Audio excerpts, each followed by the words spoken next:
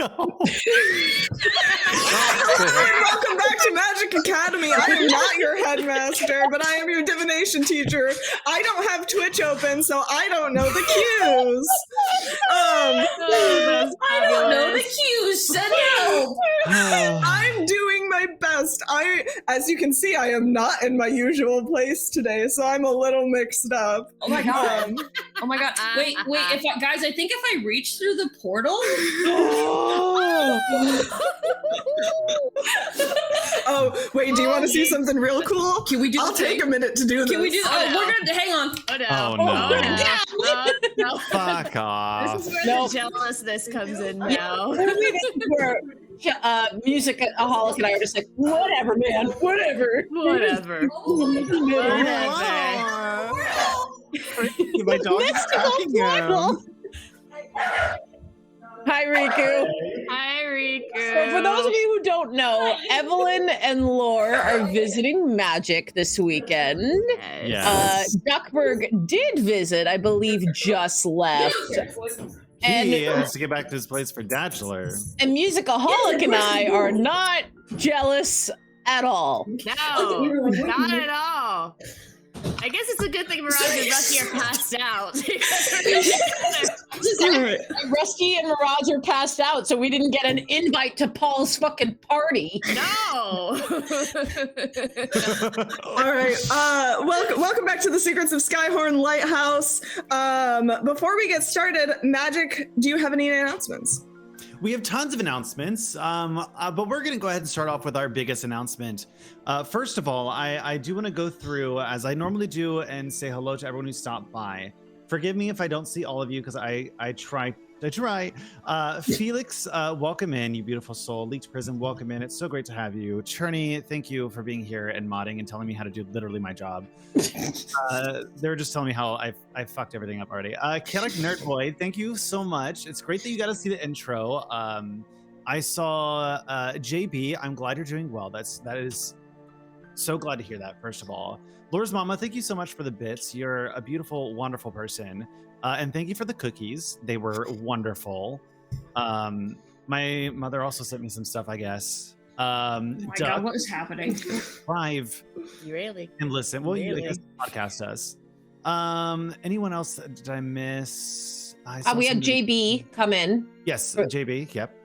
I think I got it. Really If I good didn't to miss see you, feel free to say hello. I love saying hi to you guys. My camera's a little cockeyed. Saying hi to you guys, and you know, getting to know each other. Again, this community is all about getting to know each other in a D&D space, and I love that.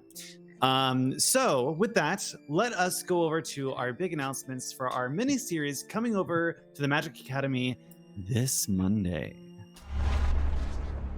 If you can't pull out a victory now, you might as well throw yourselves at the mercy of the Rapturalian army. Turn the tide. You all want this war to end, but I want to win. I tried it once. To do things their way and keep the peace. And for what? Nothing. This time, we do things my way. You have the power to end this war, and yet you do nothing. What makes you think this war will ever be won? That amazing campaign series that is coming to the Academy is going to be GM'd by our very own Tipsy the Tiger, who has been absolutely amazing in bringing over Romithra, a homebrew world that they have worked on that centers around a lot of kind of fairy tale grim series. And I will have to say, they're a huge inspiration for me and my world creation, because as far as when it comes to world creation, they blow it out of the park.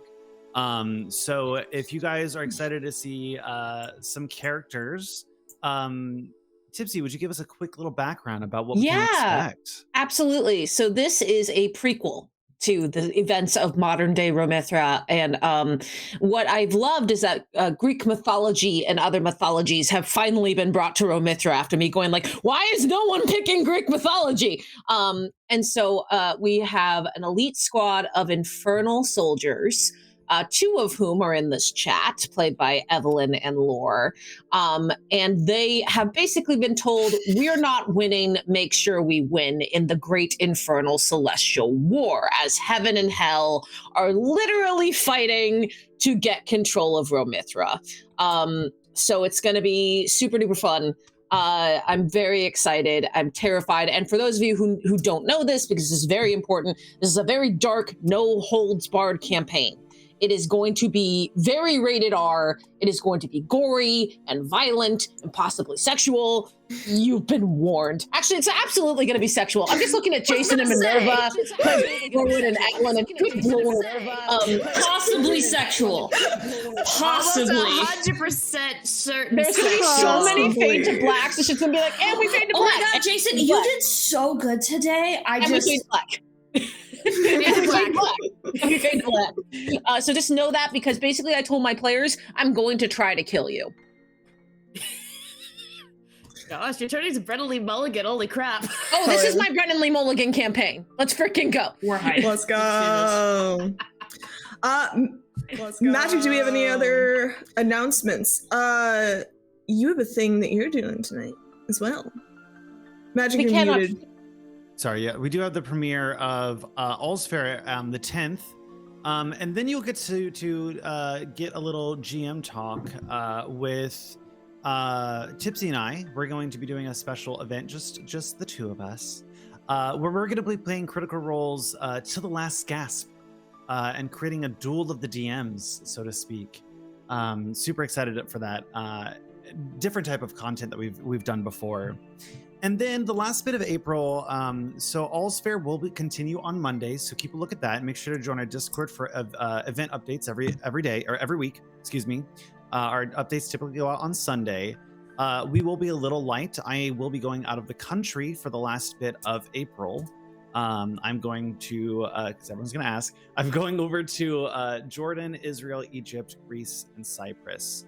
And a 2.5 long week vacation. So I will be a little bit less present for a while, but as soon as we come back, we are hitting hard with Odyssey. So keep your eyes peeled for other stuff going on.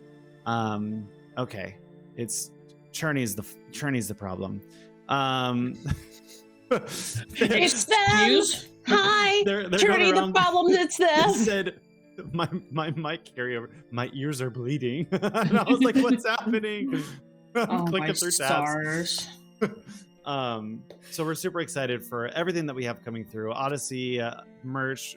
As you can see, we're starting some of our rebranding. You're going to start seeing that come through. But, oh my gosh, we are also so close to hitting the One Ring challenge, 69K. So that's 79%. Out of the challenge. We're super excited. We will be doing a small series of Lord of the Rings, and we don't know who the cast is because I haven't planned any of it. I don't even know the system. I make things up. All right, with that, thank you so much, Evelyn, for that. Go ahead and take it from here. All right, so we're just gonna dive straight in. We got a lot to get through today, and we're gonna make it happen. So last we left our heroes, they had made it into the lighthouse and fought off a whole bunch of eels. What? Fuck off. What? I heard fuck off. Oh no, God. Is it because we're down here? No, I just listen. All right. Last we left our heroes, two were down. One was up at the top of the lighthouse speaking with Lucy and Skyhorn, and poor Paul had to stabilize Mirage and Rusty. The two of you are still unconscious, but you are stable, so you don't have to worry about death saves. So you are not at risk of dying, but you are unconscious. And it is the two of you and Paul down on the first floor, and then Lorwyn and Lucian Skyhorn of the Skyhorn Lighthouse up at the top. Can I make an apology real fast? You're right here, so I'm not looking at the camera when you speak. And I'm so sorry, guys. I'm trying. We love it. We love to see it. So here is where we are going to start. I'm going to go ahead and roll a d8. If it's evens, we'll start with Lorwyn. If it's odds, we'll start with the folks downstairs. And that's a 5. So we're gonna start with the folks downstairs. Paul, Rusty and Mirage are unconscious. You have just stabilized them both, so they are no longer dying. However, they are unconscious. And you know that you would know that Lorwyn has gone upstairs. Well, this is quite unfortunate. I'm assuming do they have any bottles of healing on them? I don't think so. I do not believe that either of them have healing potions on them. No, we don't. But you do have a bard upstairs. Yes. So Lauren is gonna kind of like walk over to the set of stairs and look up and go, Laura, we have a bit of a problem. I did kill them all. Just saying. Then what's the problem? Mirage and Rusty are sleeping. They might have. Do your friends need help? I'm also going to end up looking at Laura instead of the camera. Do your friends need help? Well, see, now that's a loaded question. But yes, my friends do need it. So the eels are dead. If you don't mind, I would really appreciate some help. Great.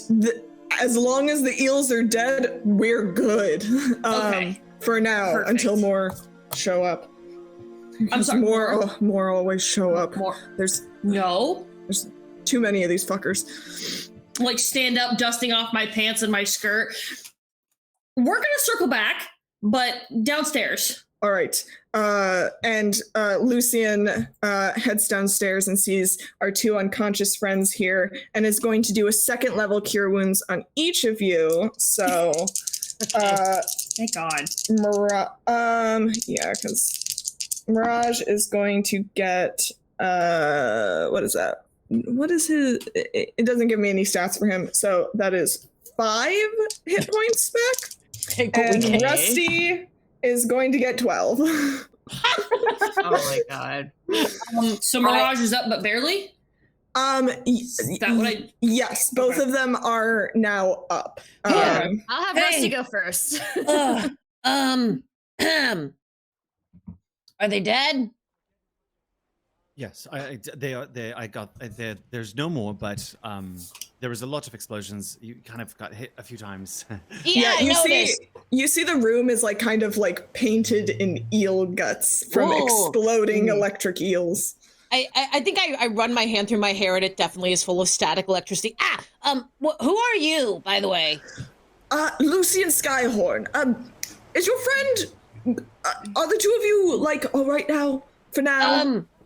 I think Mirage could probably use a little more help, to be honest. Mirage is like in and out, and she's like Lucian would see her scales are fluctuating with different colors, and she's kind of just like, no. I'm gonna go ahead. No. She's in a different mental space right now. She's like experiencing something. She's not fully awake yet. I'm definitely going to go ahead and take one of the roses out of my hair and crush it in my hand, Mirage. And I kind of like spread the rose petal dust over you. I'm going to go ahead and cast another 2nd level cure wounds. Okay. So, what's your name? Roll that for me. Lucian Skyhorn, right? Lucian Skyhorn of the Skyhorn. Rusty. This is your lighthouse then. Yes, this is my lighthouse. This is my family's lighthouse. We have been. There used to be a lot more of us. Now there's just me. What happened to the rest of your family? Time. Oh, so you didn't get brutally murdered by the eels, at least. Okay, that was my fear. Yes, the eels though are definitely a problem. And, wait, so what's going on? Like, why is your lighthouse inhabited by a bunch of eels? Like, what's happening? So, I care for this thing called the Bowl of Commanding Water Elementals. It's been in my family for generations and generations. What we use it for is to help guide ships into to where they're supposed to go, to the dock, through the bay to the dock, because there's a lot of things going on. And the eel folk have discovered that we have this bowl of commanding water elementals, and the bowl is fixed in place, and it can draw on the sea to summon elementals, and basically, they've discovered that we have it. It's not good. Are you sure that it's now have secured? control of it. Oh, they have control. I was about to ask because we definitely encountered a water elemental, didn't we, guys? It didn't seem very nice. It tried to drown me. You guys did Yes. great in the water. You were very helpful, Paul. I shot at it. Right. I think I did miss. I kind of go and put my hand on Mirage's back and just rub it as we continue talking. Yeah, and I just think go, at that point when you rub the back in the last part, she's like, no. Whoa, And she's whoa, like, whoa, hey, we're good. You all right? Good. I'm fine. I'm sorry. All right. We're finding out that the eels have control of this bowl that controls water elementals, which is a problem. Yes, so one of the issues is that a summoned water elemental can break loose of, well, the summoner's control, and I suspect that there have been several eel folk who have died this way, and now they're starting to gather hostages and make the hostages do the thing. Wait, hang on, what? Yeah, they use the water elementals to steal ships, and then they're using the hostages from the ships to do the thing because the water elementals are kind of fucking up the eel folk. Well, I knew I didn't like them. That's a lot to process. There's a lot going on. A lot indeed. So we... I saw an elemental directly attack a merchant ship. It was towed towards the back of the island. There's a hidden cove there. That's what the one we're looking for. Probably. It's Paul's ship. We have to get Paul's ship back. I absolutely. It is still intact, right? Mirage is visibly rolling her eyes, but she's too tired. It's probably not in great condition, but I think so. In the supply room downstairs, there's a trap door. I don't think you guys should go right away. I think perhaps you guys might need a little bit of a rest and a meal first. We would deeply appreciate that. Would love. I was a human shield for my very attractive and nice and smart friend here. Yes. All right. Thank you. You're welcome. I need to be upstairs to make sure that the lighthouse key stays on. If you guys want to bar the door, Lucian, would you make sure you go check so you don't have to worry about eels? So here's what I'm thinking we do. We put a bunch of heavy boxes on top of the trap door, and then we bar the door to the lighthouse, and then we just like hang out for a few hours, and then you guys go do your thing. I just immediately start lifting boxes and start Mirage starts getting up to help, even though she's probably not at her best, so she's kind of stumbling a bit. You see, for the first time, Rusty gets a actual commanding. Sit down, Mirage. You need a rest. I got this. I'm not saying you're not capable, but you're very hurt and something happened. So can I take care of this for you, please? Thank you. She just sits in the corner and just kind of ponders to herself. What food did you have? Let me. I have, and he casts a good berry and holds up a bunch of good berries. I have these. I've been surviving on these for like a week. I mean, that works out. Take them. And is there any other food in the area left from the eels? Dead, rotting fish. Trash. These are your choices. And I'm going to take one, and I'm going to hand it over to Mirage.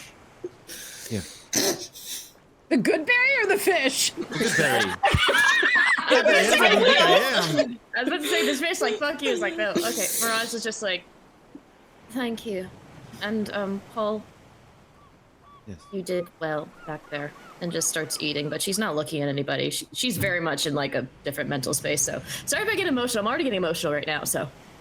I think at this point I am Rusty is eyes on the prize. I put the benches up against the door. I put boxes over the trap door. But you notice because like mechanically I'm so low hit points, I kind of start wheezing like, this is fine. I'm good. I'm strong boy doing strong things. Okay. And then I just good man. And I flop down next to Paul and just go, fucking hell. All right. You all get a long rest. And that's the first time you've ever heard Rusty swear like a sailor before. Like, all right. You all get a long rest, and when we reach the end of this long rest, you all can take your hit points back, your spell slots back, your other points back. Yeah, all your other points back. Yay! Yes, you all get your fun little things. What my max hit points were. Quickly, let's go around. What's like maybe one quick thing you guys are doing during this long rest? For the rose petals, right, that Lorwyn wears, it's a hairstyle so her hair is twisted up. So she's going back, and as kind of like the magic is restoring in her body, she's retwisting her hair. So as she pulls like that magic out, it kind of falls into a loose red curl. So she's going back and kind of repinning her hair and straightening her blouse, and just I don't want to say getting like proper, but putting yourself back together, like more presentable. Very nice. Rusty is, as he recovers, is actually sitting fairly close in between Mirage and Paul. And he is, when he sees Mirage is getting emotional, he kind of goes, do you want to hear a story about how I did the stupidest shit in the arena one time? And he's telling like a funny story of like him trying to make things telekinetically move, but causing the wrong thing to move. And like one particular story is when he accidentally sent like a horse flying at one point and had to apologize to the poor horse. And basically just telling stories while he's like making sure his weapons are all good to go and stuff, because he can tell how distracted Mirage is and knows that one of the best ways to cheer someone up is to tell them about how stupid you are. Never mind the fact that his intelligence is fairly high, but and if he gets a smile from Mirage, he feels like he's accomplished something. Aww. Yeah. Very nice. Paul, do you want to go first, or do you want Mirage to go first? Paul is going to be by the windowsill majority of the time and just kind of soaking in the sounds of the lapping waves. And you see Paul in a little bit of a almost calm manner. You see them kind of just taking in and enjoying the space around. All right. I think Mirage she's very distracted. She starts to try to fall asleep, but then like wakes up because she's scared because of what she experienced. Rusty's there trying to cheer her up, smiles at the dumb things that he says and makes do. And I think not much role-playing would open up a little bit about how she suffers nightmares from when she's passed out, and it's not a fun place. And so she would open that up to others. I wonder if scents can help you with that. Sometimes my father would have stuff like lavender. What do you think, Lorwyn? Do you ever have trouble sleeping? You got all the roses and everything. Do they help? No. As a matter of fact, I typically don't sleep. Oh. But that's a story for another time. I typically find that relaxation, and she's gonna pull out, she's got a violin that she kind of carries, and you don't see it. It's tucked underneath her hair, but slung to her back. And she pulls it out and kind of plays like just a very soothing melody. And I mean, for the sake of character being, she sleeps during that. But by and large, she just kind of plays until she's rested. So after about 8 hours, Lucian comes back down, and he's holding a bunch of little bottles, and he says, all right, so now that you've all rested, I could really use your help with this getting my family's bowl back. And so to help you all do that, I have a potion of water breathing for each of you. Oh my goodness, thank you. I immediately just shoot it. Nice. Immediately? No, I just take it. I'm like, Immediately shot. I almost shoot it, and then I go, impulses. I just show Lucian kind of my hand and shows like the scales and my teeth and ears for to be like, I don't really think I need it, but I appreciate it. It's kind of. I will figure out some other way to say thank you to you. I promise. We're gonna work this out. Lucian, you sweet man. All right. So what the potion of water breathing will do is you can breathe underwater for 1 hour after drinking this potion. It's cloudy green fluid, smells of the sea, and has a jellyfish-like bubble floating in it. Love it. Yeah. Mirage might take that other one just in case, but like she doesn't need it. Yeah. Actually, take it, put it in your inventory. It might be useful down the line. You never know. Yeah, exactly. Somebody else might like run out too soon, or exactly. Yeah, if Rusty shoots it right away. Yeah, seriously. So Lucian helps you guys like move all the stuff off of the trap door, and for the sake of having something to reference, we are going to go to the roll 20. Ooh. Just for the sake of like having a little visual reference for you guys. So the ladder leads down to, let me double check my notes just to make sure it leads down to. What is this face magic? Here. Okay, so a rusty ladder leads 10 feet down from the trapdoor. Sorry. From the trapdoor into the. Shut up, Magic. A rusty ladder leads 10 feet down from the trapdoor into the briny water. The rise and crash of the tides echo in the glimmering caves. You guys are up in this top corner up here. Okay. Got it. The water below you is 50 feet deep, and the cavern ceiling reaches about 40 feet above. Let me open a thing. What is this? So let's see. So we can even put you guys on the map just so that we have a reference of where people are. Can you do the thing? Can we do the thing? I mean, I see, yep, they're popping up.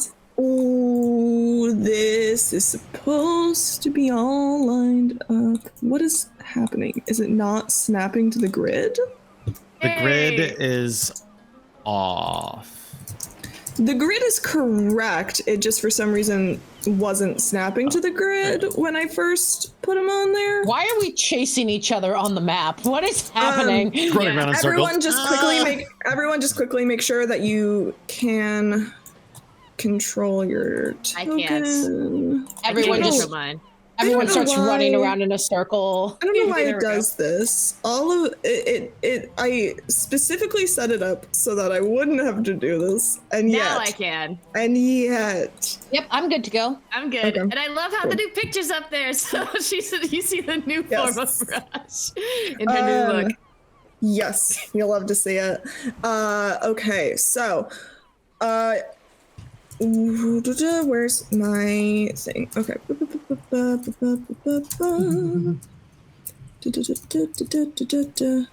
Lucian is the question.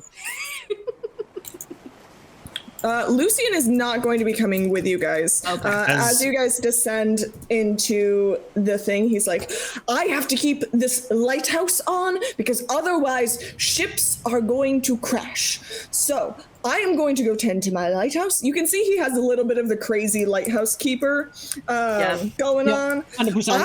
I have to keep that going. It's very important. Understood. So you Thank guys go do the hero thing. I'm gonna do the lighthouse thing. Sounds like a plan, buddy. Stay You alive. enjoy the lighthouse thing. All right. So. Stay Very alive out nice there. man. A little bit worried. Oh, No, I can I hide am. the ruler. You get out of here with that BS. How dare you? I didn't realize I could hide the ruler before this. Yeah, so you guys kind of see two paths before you as you descend into this cave. You see that there's one going off to one side, one going off to in the other direction. Which way are you guys gonna go? Oh, that's what those are. Interesting. Well, go ahead. I was gonna ask, like, do we want to stay together or do we want to split up? I would say stay together. All right. Well, do you want to use water breathing now and try the other way? I'm fine either way because I can breathe underwater, but I don't want you to get hurt like last time. I'm wondering if we should try going the way with less water first. And the reason I say this is because if we have to make a speedy getaway through the water, we might want to save our potions for that, for those of us who can't do the water breathing thing. But I don't know. What do you think, Paul and Lorwyn?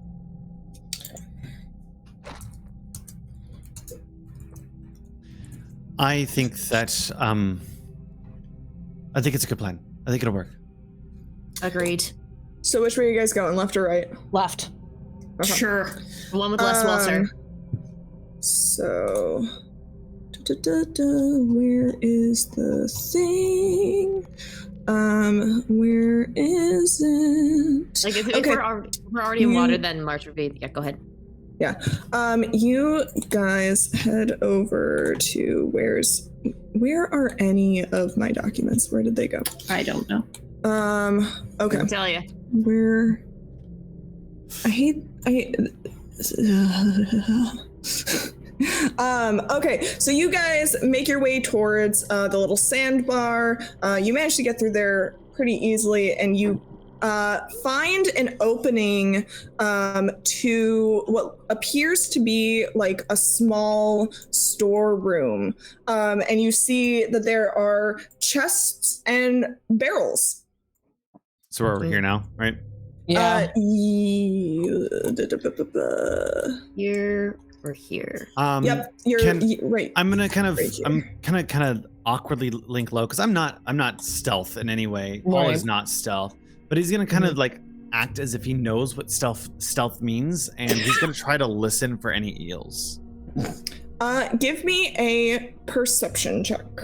I would like to make a quick investigation check on the chests and barrels to see if any of them are trapped. Yep, go ahead. Fun Could fact, I offer help with Paul with perception because I have proficiency in perception? Yeah, absolutely. Describe to me how you're helping him.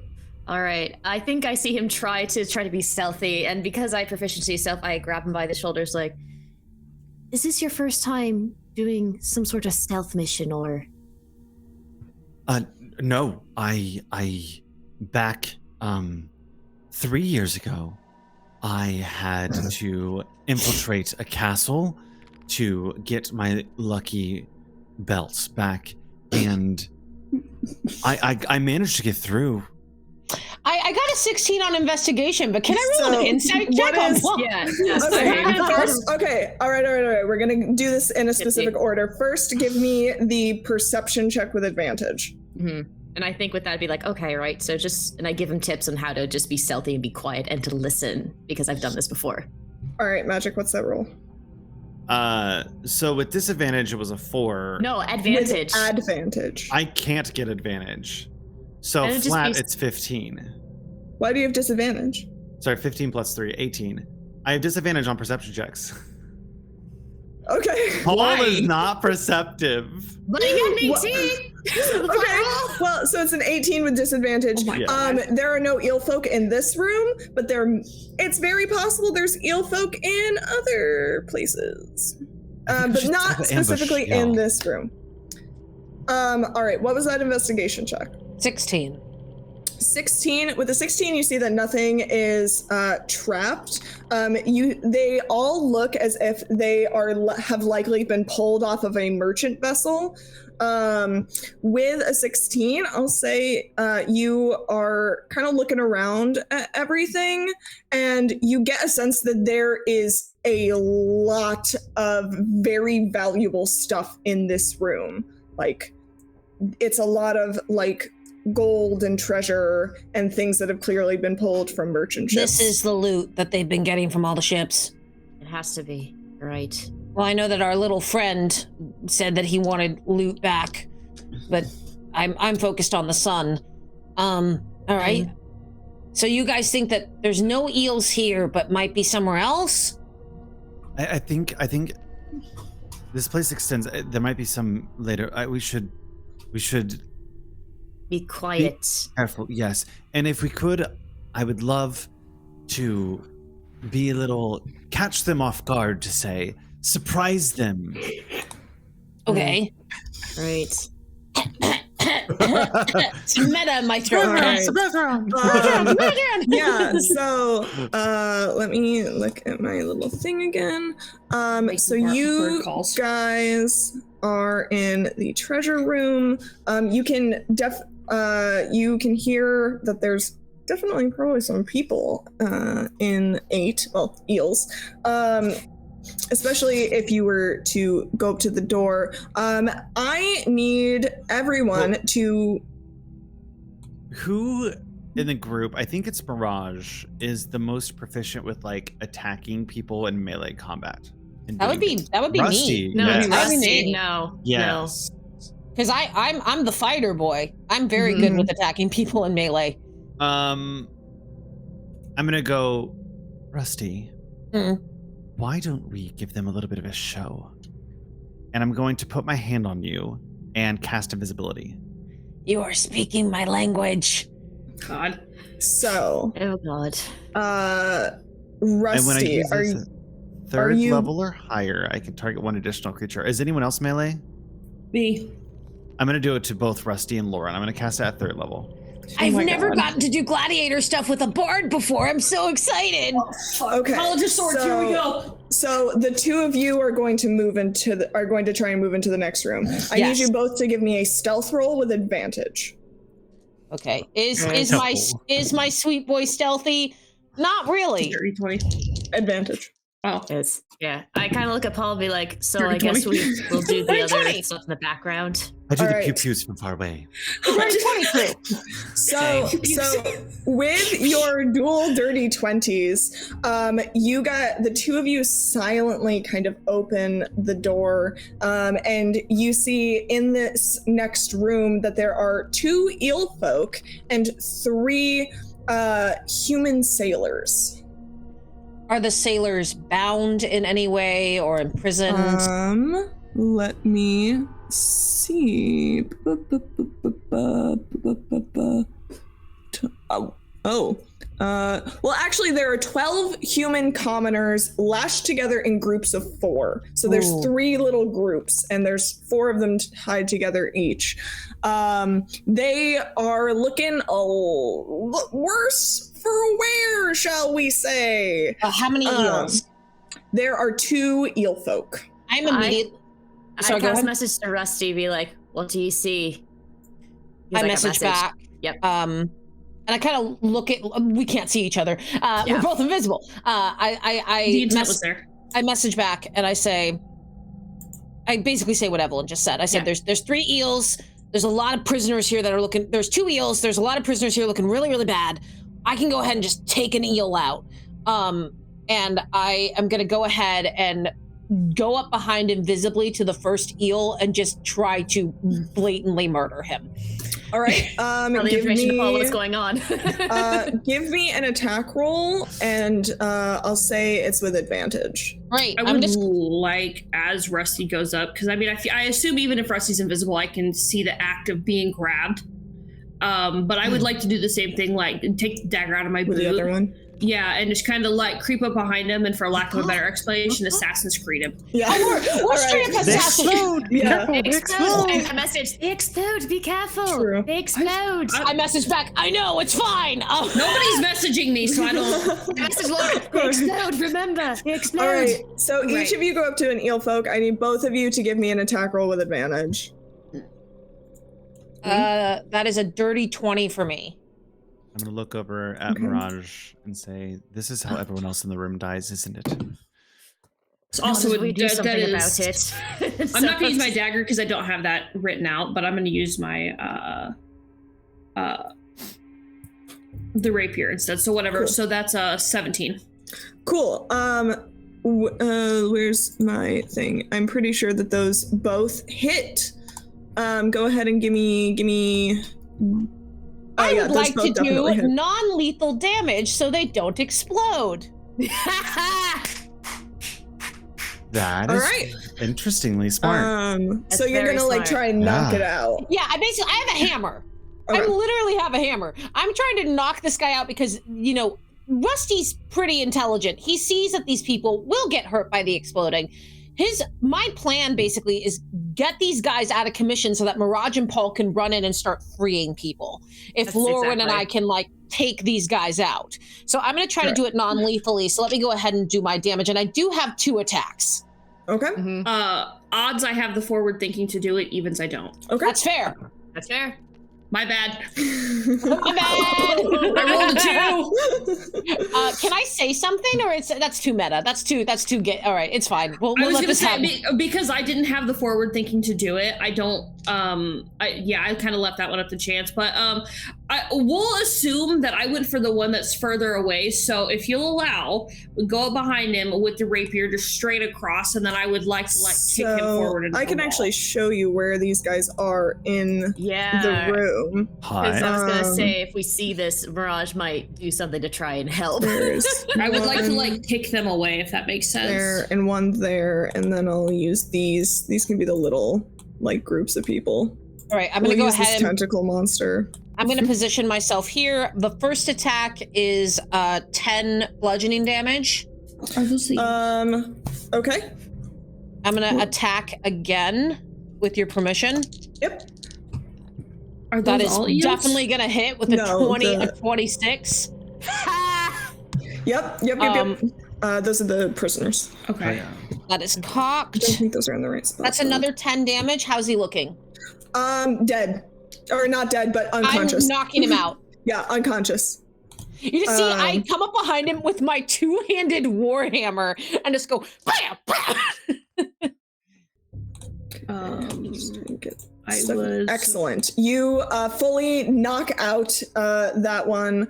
Lorwyn. D8. So 4 + 2 is 6, + 3 is 9. And then where did it go? And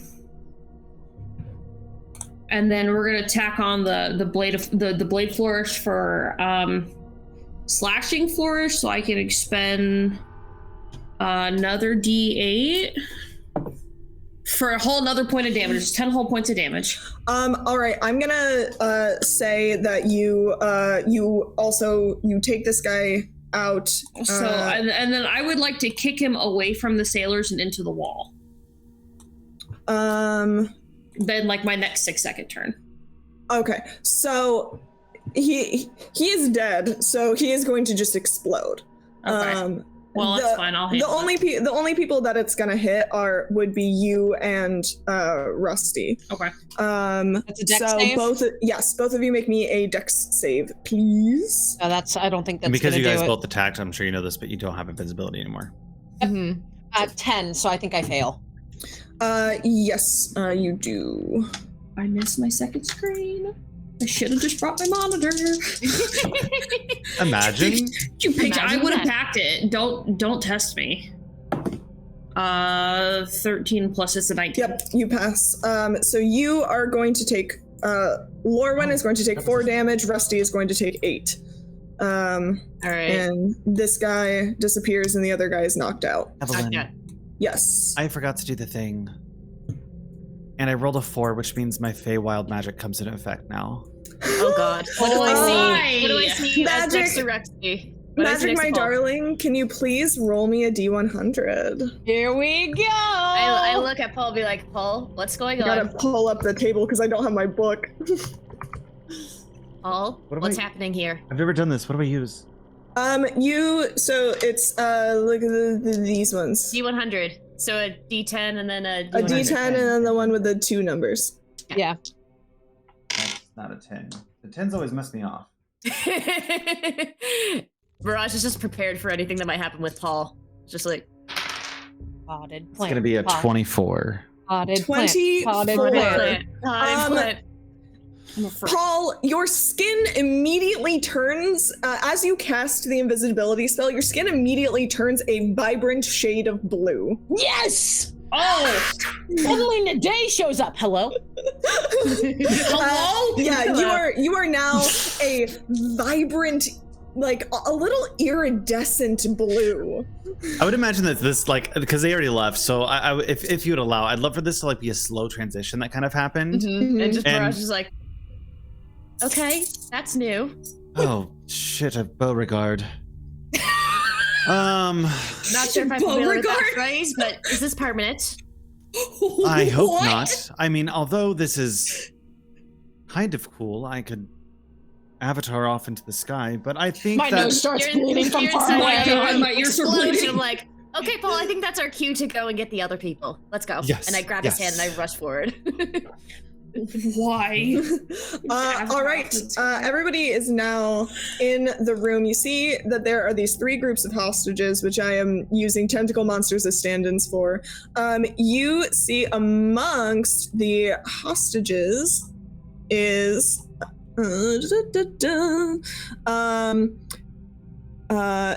a captain-y looking fellow. Is this where the other one is? Or is that in a different spot? Where are you? Oh, you're elsewhere. Okay. Where are you?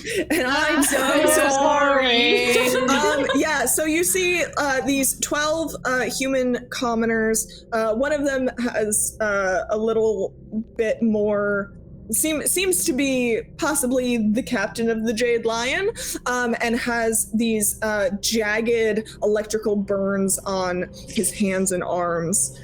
Mirage immediately used Primal Savage to sharpen her nails and just starts slicing through the ropes to get everybody out. As you do, everybody's like, oh my god, thank you. Oh, those fucking eels, man. Okay, oh, calm down. Calm down. I had a knife you could have used. Paul is going to run over to the other set of doors and kind of press their ear against it a little bit, seeing if they can I'm the worst perception. I should not be fucking doing this, but I'm going to do it anyway. Perceive what's on the other side. I think I see him do this, and I run up and I go, Paul, you're pressing your ear at probably the worst part of the door. I thought it was at the hinge because there's a little hole. Not the no. Yeah, a little up, and I just give him directions to give him advantage on. And I give a thumbs up to Rusty, and then I message to Lord and Rusty, don't comment on the fact that he's now blue. He's self-conscious about it. I message back, yeah, what the hell happened? Don't worry about it. I can't be bothered. Amazing. All right, Magic, give me a perception check. No. Look, he's like, the hinge is working for me. I can hear the ocean. He completely disregards Rusty's advice. I don't think you're right. Amazing. All right, what'd you get? 9. 9.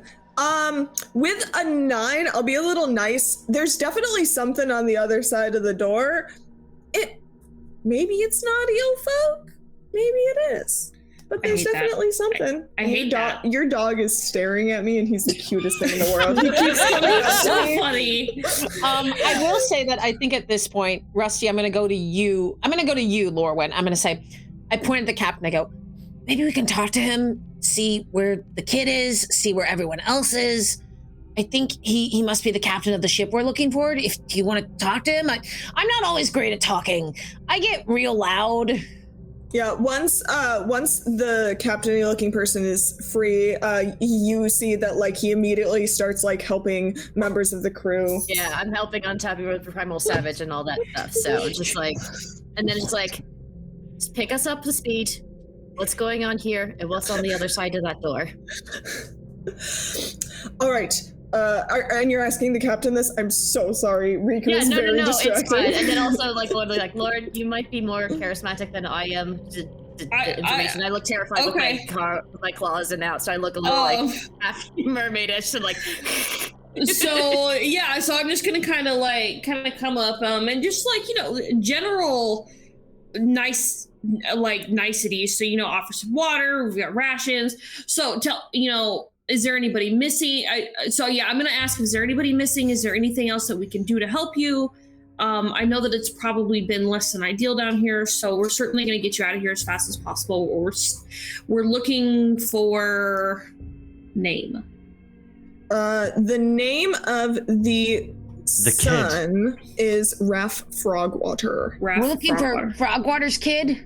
Yeah, so we did not get that name because that's gross. No. That was the name of the guy who hired. The name of the guy who hired you was Benji Frogwater. Yeah. Benji Frogwater was the guy. Yeah. Mm-hmm. So we're looking for Raph Frogwater.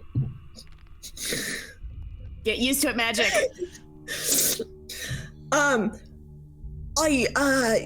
Raph Frogwater, you say? I don't quite remember. Wait, hold on. I'm trying to sort all the information in my head. Take your time. You're fine. Take your time. You're good. Yeah, Paul. So you see a human with a trim pointed beard and a gold tooth.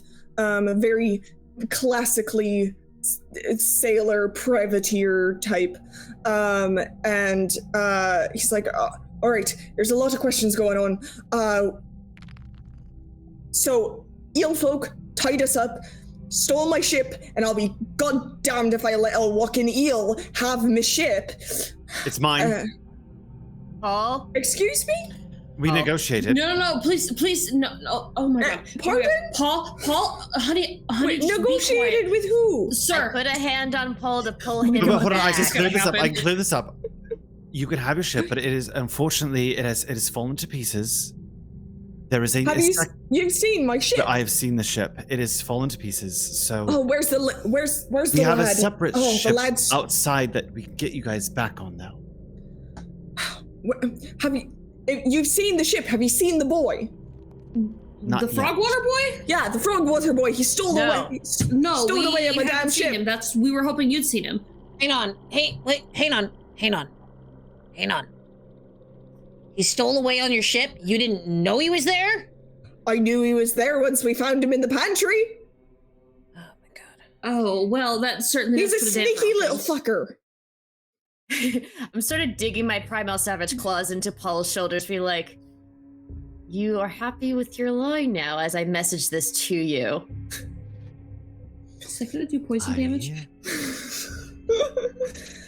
I'm concerned. Think so. Worth the time. So my ship's in pieces. Through Unfortunately. Titans more on the shoulder. Give me a fucking deception check, you motherfucker. I am also in the help action. Yes. So, all right, Paul. So I'm going to help you. So, unfortunately, through no fault of his own, there are some issues with the elementals outside. They're not quite behaving. We have tried our best, and we've dealt with the one out there. But we didn't get to your ship in time, and I'm terribly sorry. All right. What's your deception check? 19. I am so tempted to make Rusty roll a wisdom saving throw to see if he tells the truth or not, because the boy is very... I have proficiency in insight, and I'm right next to you, Paul, so I'm just like, you piece of shit, you. And I'm digging my primal savage claws into your shoulder, so it's like, ow.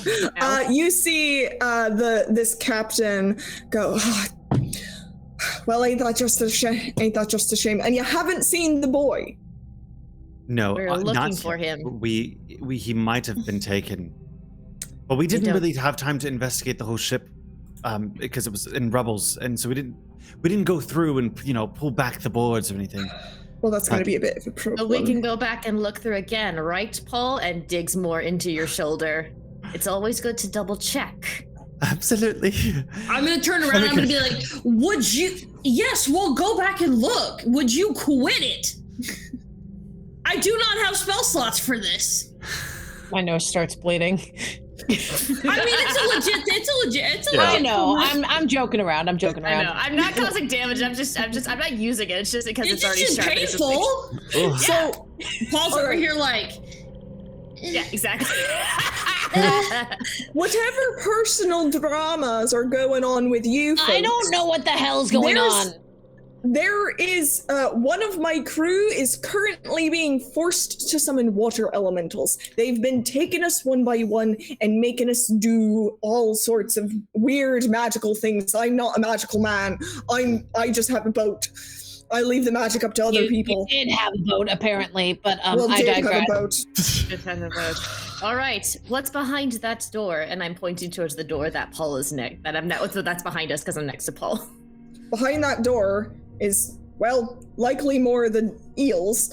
And also, there's this weird bowl pool thing that they keep doing these summoning rituals with. Yeah. I'm not entirely sure what all is going on with that. Well, I'll give you a brief explanation. To my knowledge, we met the guy who owns the lighthouse. Kind of weird, nice guy.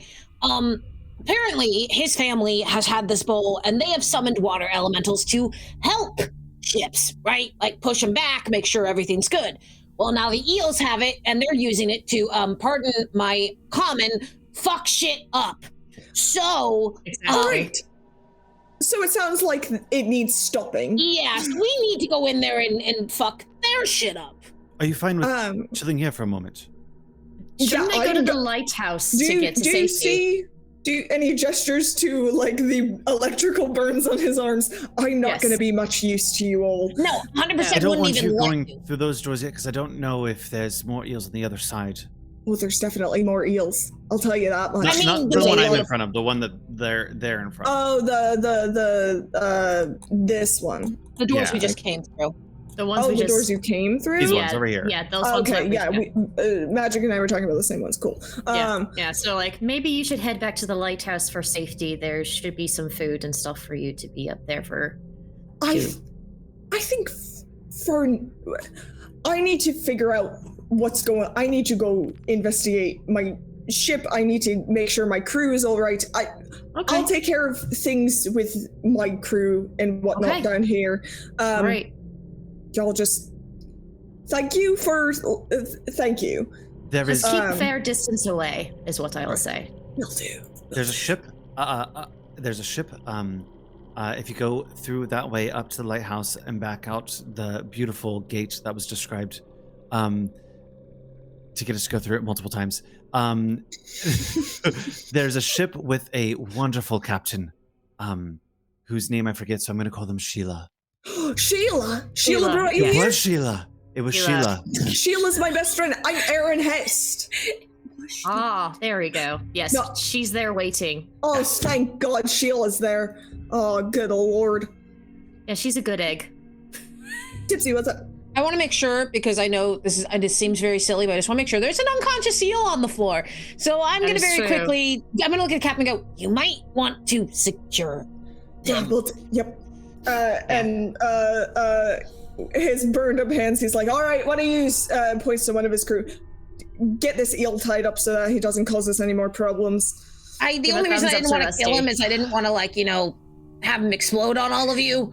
Yeah, they do that weird electrical explosion thing. It's very unpleasant. It knocked me out. I almost died. But I've almost died a couple times. Anyway, I look at Lorwyn, Paul, and Raj. I go, okay, so do we want to just bash down the door and have at it? Like, I feel like they're gonna know we're here. I'm gonna turn and kind of open the door ever so slightly to see if I can get a glimpse down. Give me a stealth check. I have proficiency in stealth, so I'm like, okay, this 21. time. I think 21 he's good. is good. You see that there are, let me look at my little labeled map. Your shoulder's just now bleeding a little bit. You see that there are 3 eel folk. A bit further back are 2 of the eel folk hunters, and then you see a type of eel folk you haven't seen before. It looks a little scrunglier. And at the very, very far end of the room, you see the bowl of commanding water elementals. This big, beautiful stone.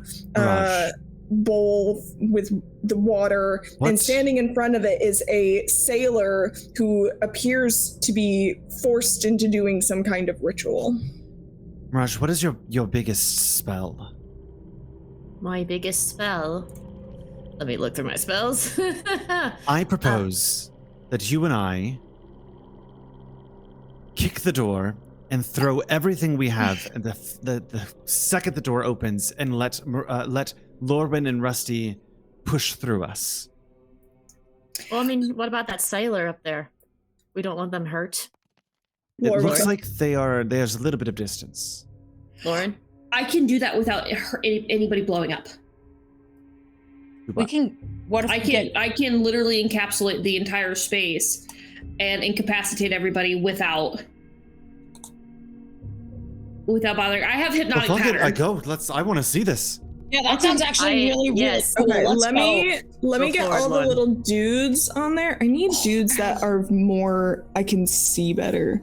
So If that we're gonna doesn't- use polar bears I look because at- those are nice and visible. Polar bears! I look at Laura and I go, Bears. if that doesn't work, I can run, get the sailor, and get him out of here while you guys take care of the eagles. I have a few other things up my sleeve too that maybe I can do. There's some things that Mirage hasn't used yet for her racial traits that maybe I can use now. Da, da, da, da.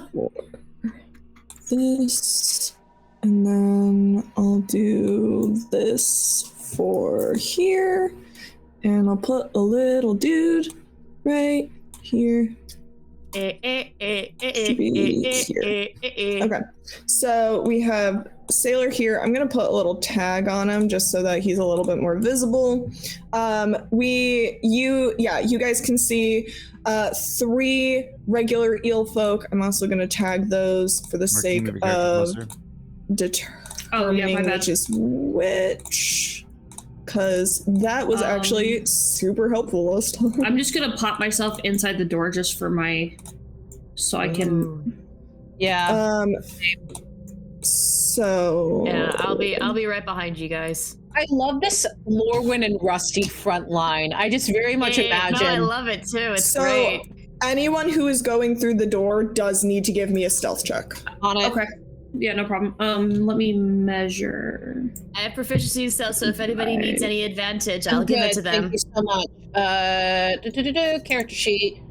That is a 19 stealth for Rusty. Okay, Hang on. good. Excellent.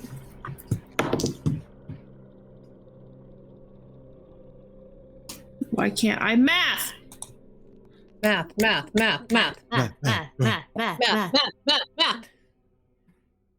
What'd you get? 12. I can help. Did you- I can give. Go ahead. Yeah, give the help action. I kind of just roll will and be like, Justin. "You've got this. I have faith in you." My heels click too loud. It's the shoes. I'm a Rusty. sucker for a good shoe. Yeah. Speaking of which, Magic, I'm gonna need that You got fan art. exactly what you fucking needed. I get a 13.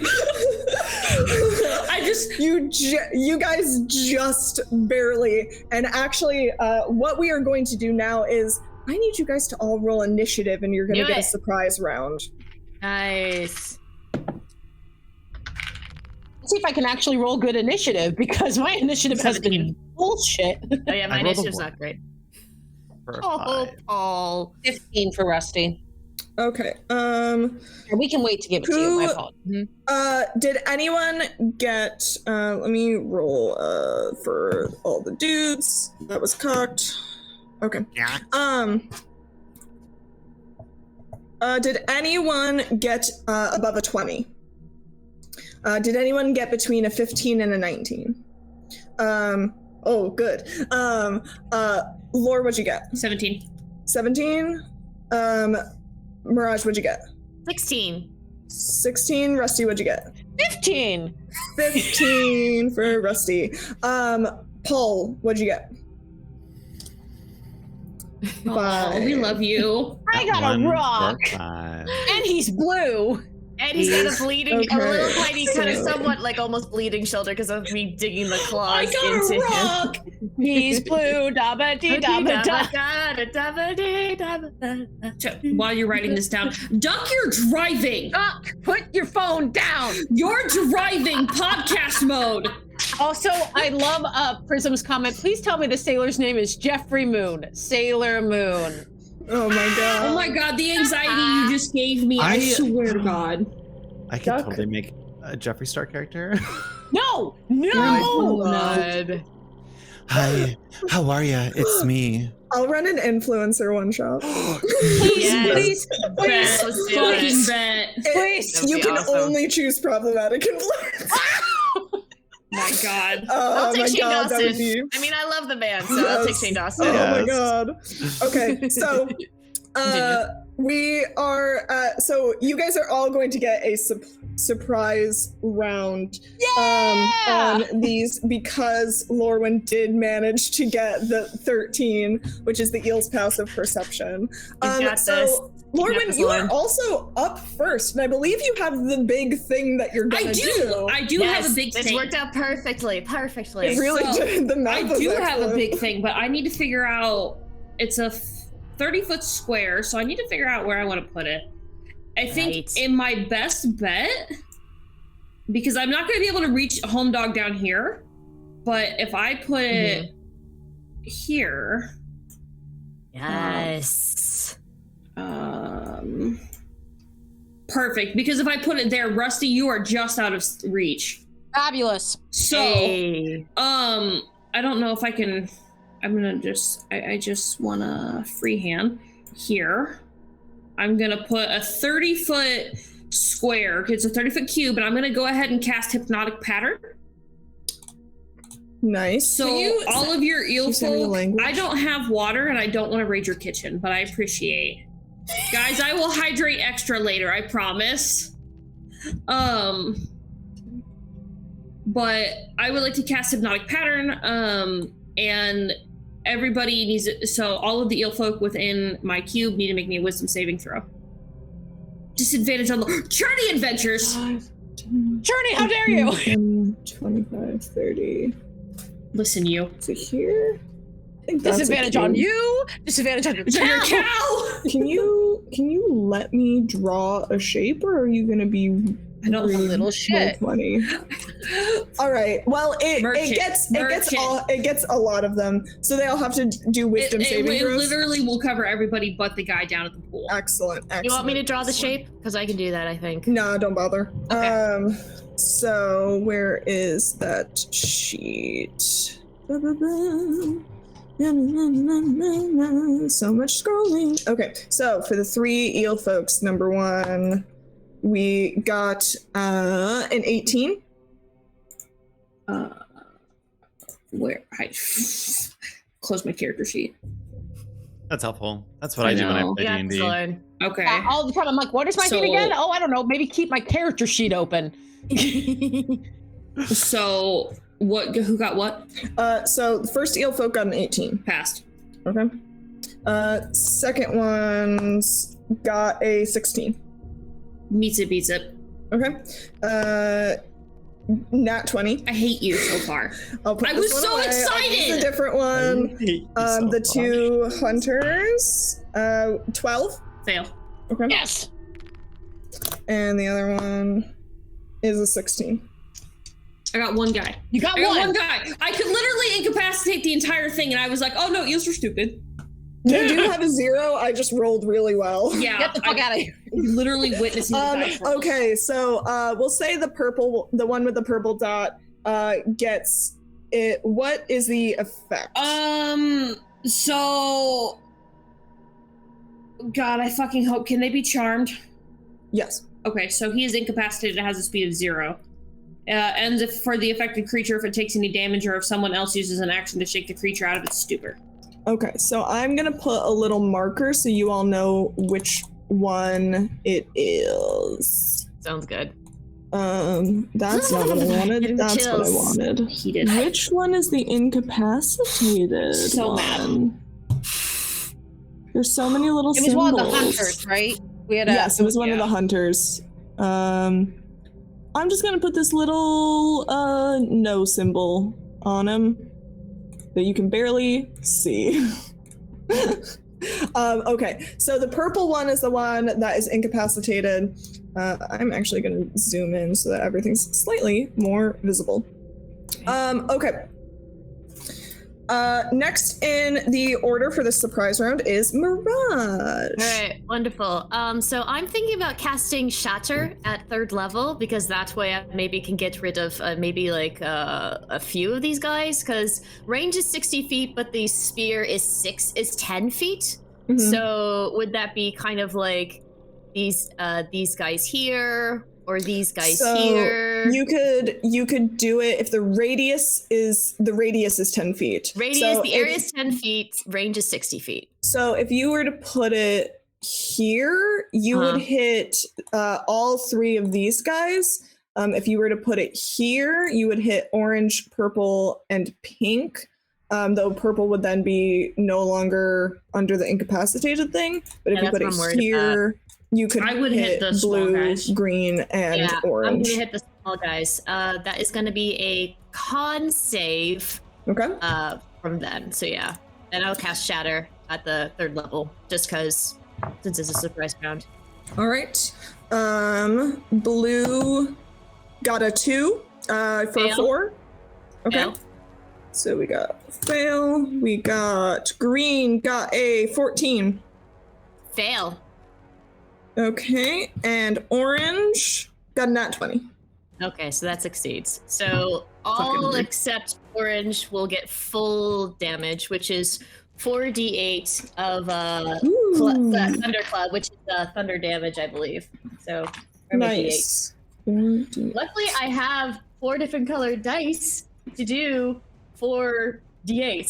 Oh, that's always fun. I love that when each one is like a different color because it also actually helps me math better as well. Yeah, see, look at that. They're so pretty. Look at that. Very nice. 2 of them were custom made from Mirage that I got. I have to. Oh, cute.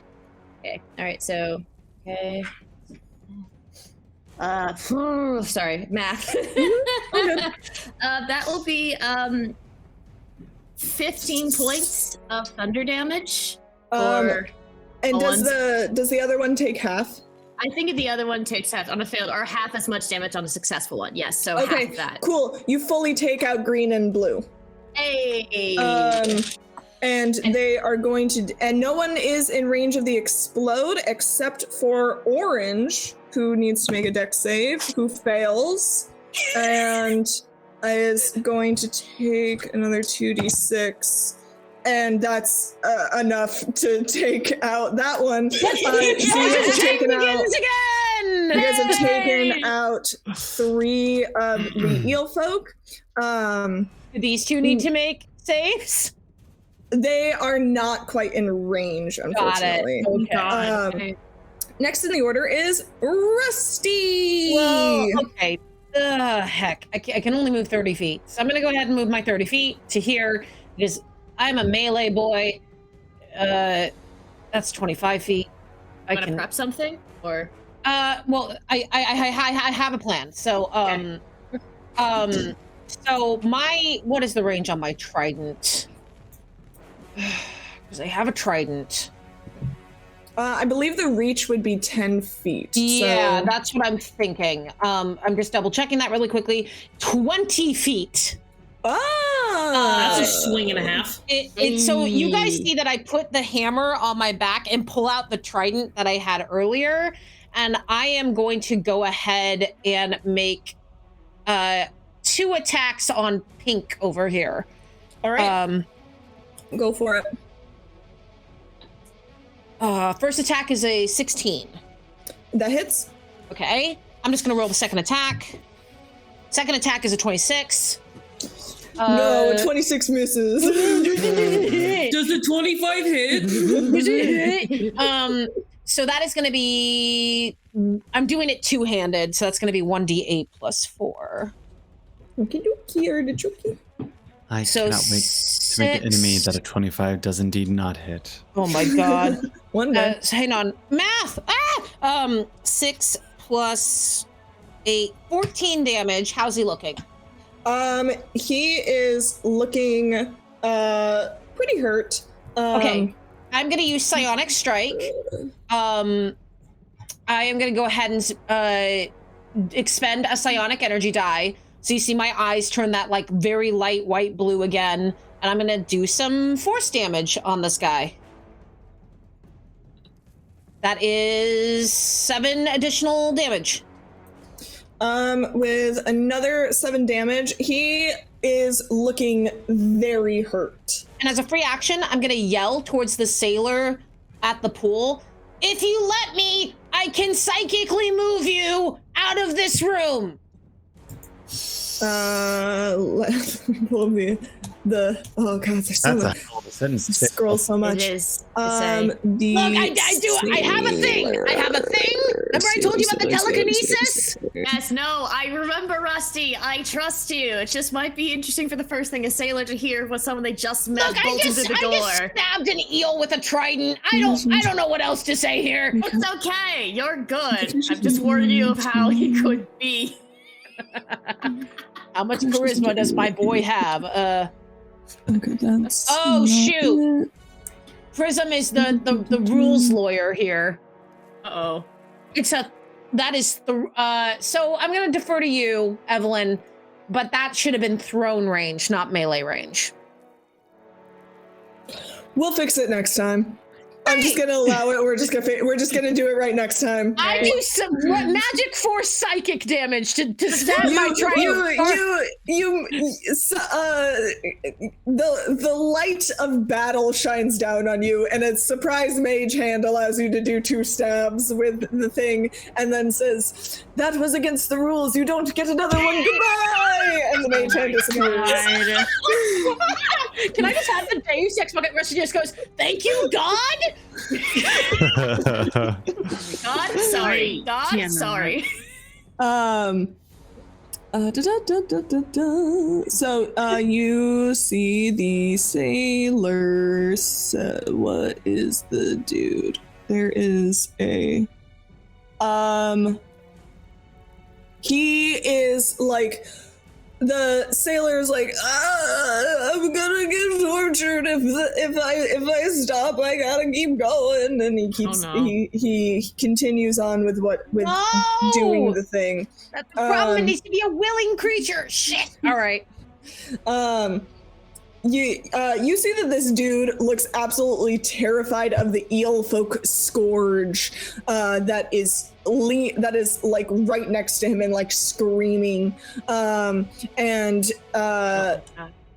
the eel folk scourge is a bit more, you can see that it looks a little bit more like it, like kind of like it's got some static electricity coming off of it, as if like if you touched it there would be an arc. If you were to put your hand near it, there would be a little bit of an arc sort of deal.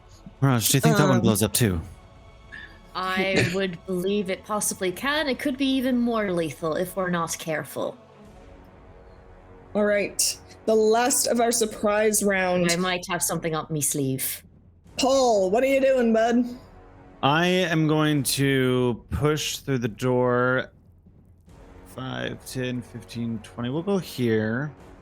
I'm going to plant my feet, and I'm going to spend 2 sorcery points to cast Quicken spell, so that something is used as a bonus action, and I'm going to cast Magic Missile at 3rd level, which gives me 3 darts plus 2, so 5 total darts. You said that they're all the same damage, correct? Last time? Yes, roll 1d4 and it'll be the same for all of them. Amazing, I actually did well. 4 damage on each one. Nice. So that, and all of the, which one is that going towards? I'm going to start off with trying to take down the front line. So I'm going to start throwing them. If you'd allow it, I'd love for them to kind of all spiral around and kind of shoot around the room in an arc, and hit the one that Rusty was going for. And then as that one falls down, just continue through and hit the next one. Okay, so Rusty has each of them mild is hard 4. eyes. You have 5. Fine. 2, 3, 4, 5. So you go for the one that's already been hit. It takes 2 bolts to take out that eel hunter. Okay. And then the other 3 go to the eel folk scourge. Okay. And they like and like you hit him real good. Okay. Mirage, what's up? Wouldn't that so hitting the eel folk that's pink, wouldn't that do the explosion next to the one that's in purple? Yes, the pink one is going to explode. Automatically fails the dex save because he's incapacitated. Do I also have to make a dex save? Let me see. Because I just attacked them. No, I mean, technically 20 feet out. You are 15 feet away, so you just barely get missed by it. It was only 3 points of damage anyway. So At least it's some. that means that one is no longer incapacitated. It would wake up, I think. It would wake up, yeah. Okay. So that eel folk hunter wakes up. The eel folk scourge gets hit, and it is that is the end of our surprise round. Unless there's anything else you. I still got more because that was a You bonus got- action. Oh, that's right. That was a bonus action with your That was a quicken bonus spell. Quicken spell. I am going to then use Twinned. Okay. We're allowed to use. We established last time I could use both. So I'm Yes. going to spend a sorcery point for my cantrip, and I am going to cast because it's 120 feet. Fire bolts at the one who just woke up and the one in the back. Okay, so one at each of them. Yes. Do you want to roll? So for the one up close, I rolled a 21. Yep, that hits. And for the one in the back, I rolled a 13. Let me check. A 13 hits. Okay. Nice. For the one up front, I'm going to do 5 damage. Okay. And for the one in the back, I'm going to do not good. 7 damage. Okay. That's all I got. That's the all end of my right. turn.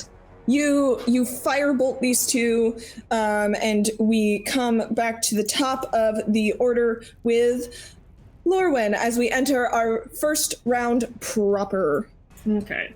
I tell Lauren, I might have an idea. I might have an idea for the scourge, but you do what you think is best. So, and I'm gonna give you like a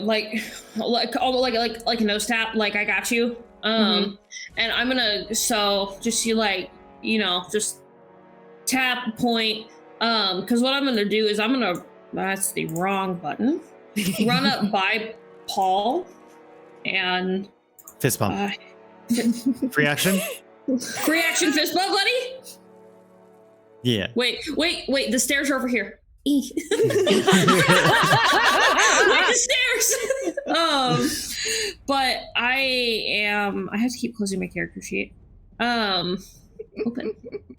I am going to cast Dissonant Whispers on the Scourge.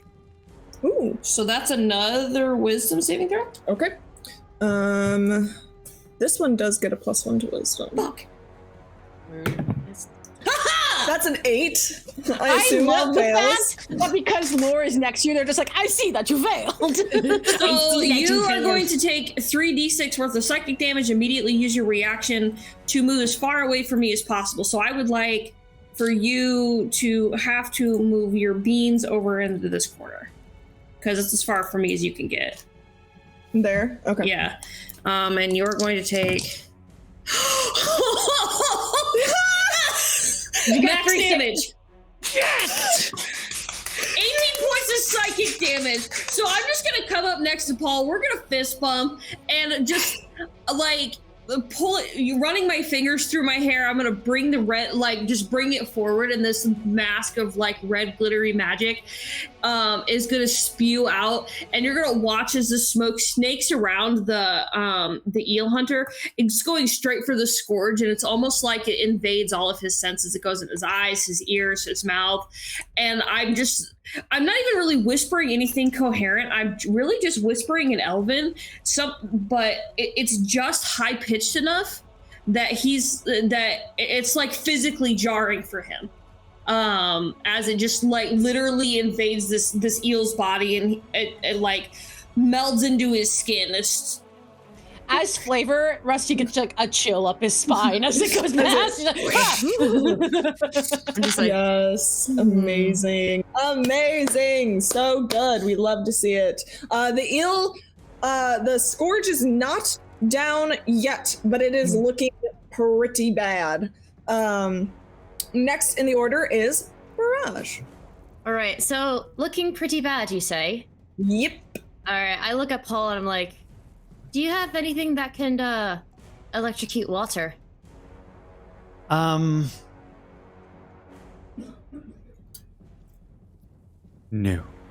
All right. Well, okay. Well, maybe I'm gonna propose something here.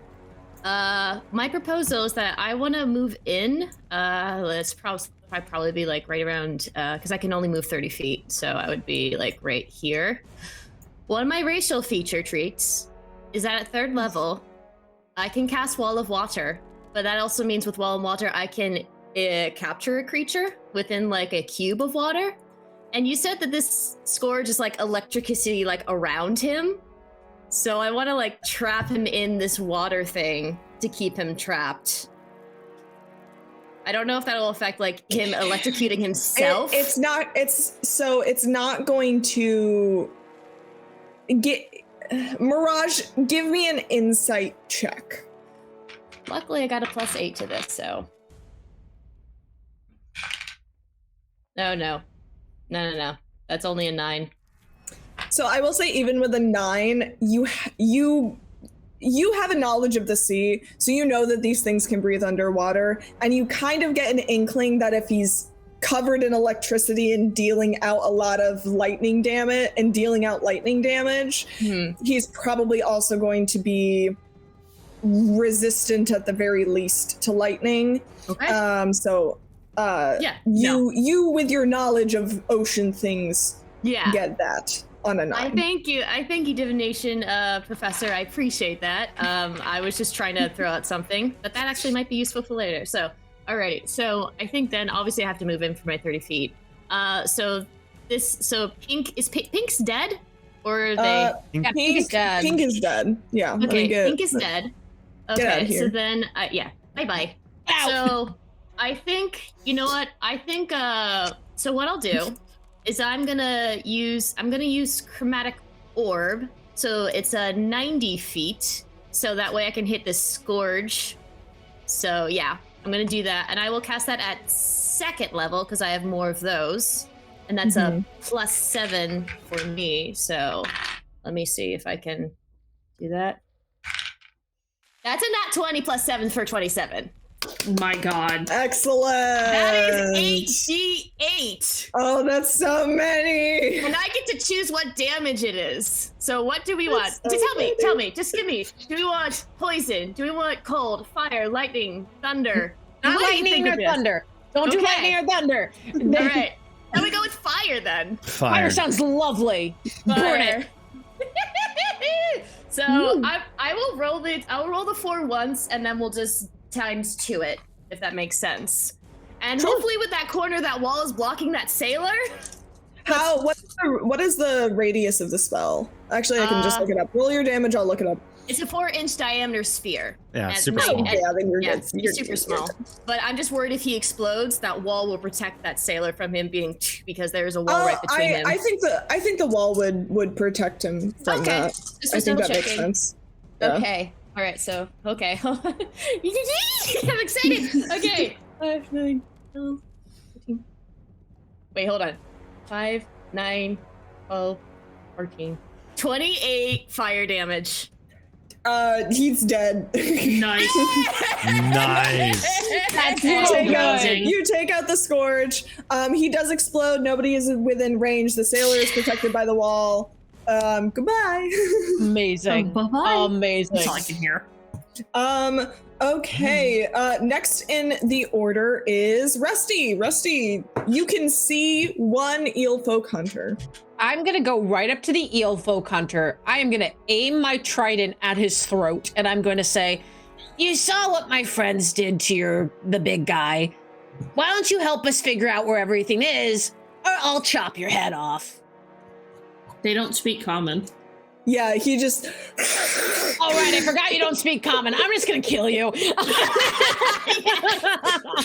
Yeah, I had to use tongues in order to communicate I with forgot him. about that. Rusty forgot about that. All right, 2 attacks, and I'm gonna take out my hammer. I'm like, all right, just switch out like a freaking video game character. Amazing. Swap your loadouts. That is gonna be 18 to hit on the first one, Yep. and 18 to hit on the second one. Yep. So I'm gonna go ahead and do my 2 attacks with my 2-handed warhammer. So that is a D10 plus 4 for any of you curious at home. That is 13 damage on the first one. Yep. 13 damage on the second one. Yeah, you take him out. Please jump back 10 feet. Please jump back 10 feet. Yeah, jump back 10 feet. I'm gonna jump back 10 feet. Give me an. Actually, I'm not gonna jump back 10 feet. I want to jump forward towards the sailor. So, do you have a reaction thing that allows you to dodge something with a dexterity check? Because you will still have to make the dexterity check. You know what? I really don't have anything for that. Wow. So I'm just gonna take the dex save. Like, that's not a big deal to me. Unless they jump 10 feet back and I can grab them and pull them back. No, I will take the dex save. Okay, it's fine. Okay. That is a 17. You pass. You'll only take half. You take 3 points of damage. And I think at this point, I'm going to rush up as far as I can go to the sailor and go, "They're dead. It's okay. It's okay." As you go that way and you pass this little circular room here, there we go.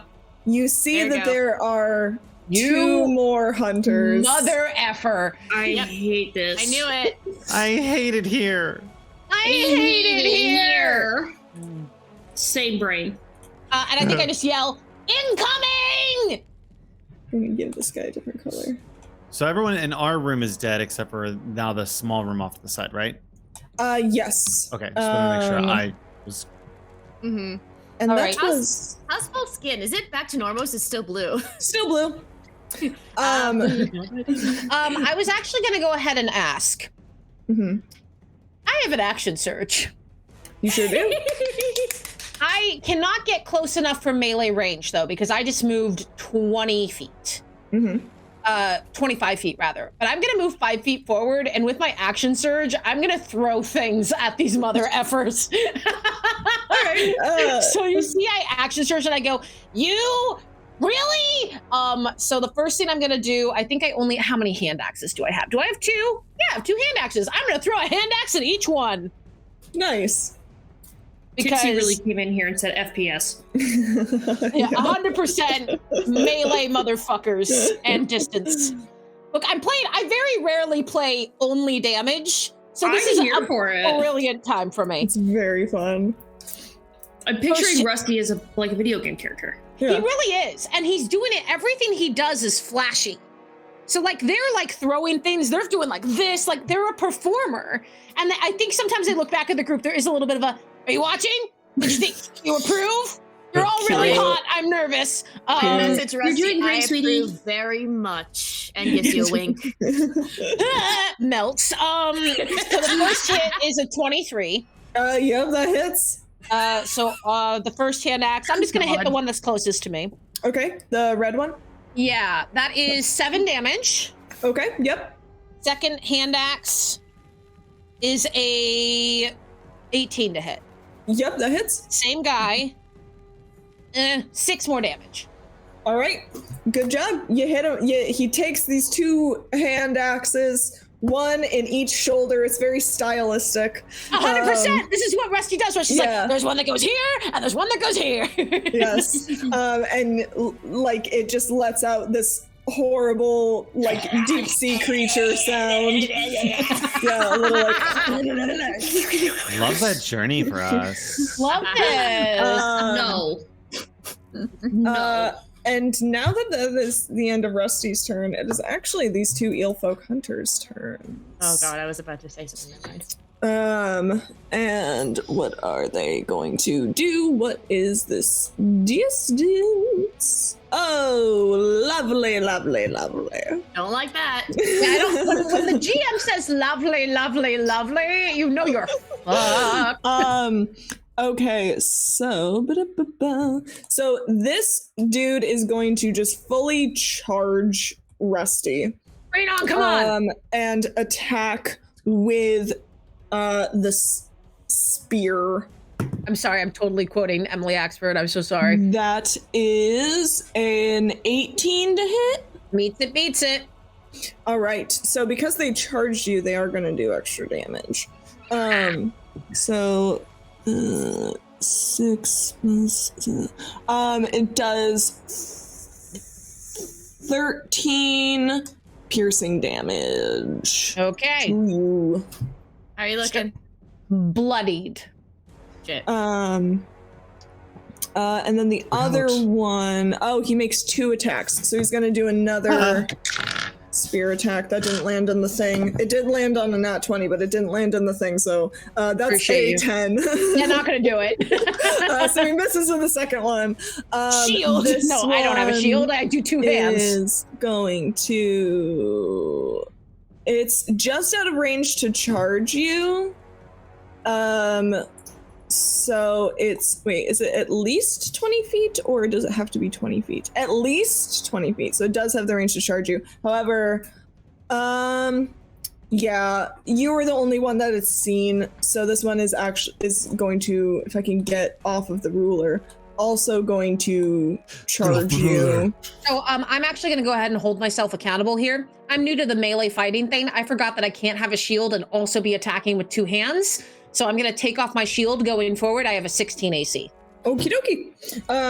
Because Brain doesn't fight her very often. No worries. All is well. We appreciate the accountability. Yes. Mm-hmm. So he is going to make an attack that is a 16. Yep. So he's going to do another 13 damage. Ow. He's going to make his second attack. That is another 10. I just rolled the same 2 things twice. Rusty is looking rough. Okay. And with that, Paul? yeah, it's Paul, because this is the only 2 wheels. Paul, do something, please. Absolutely. Are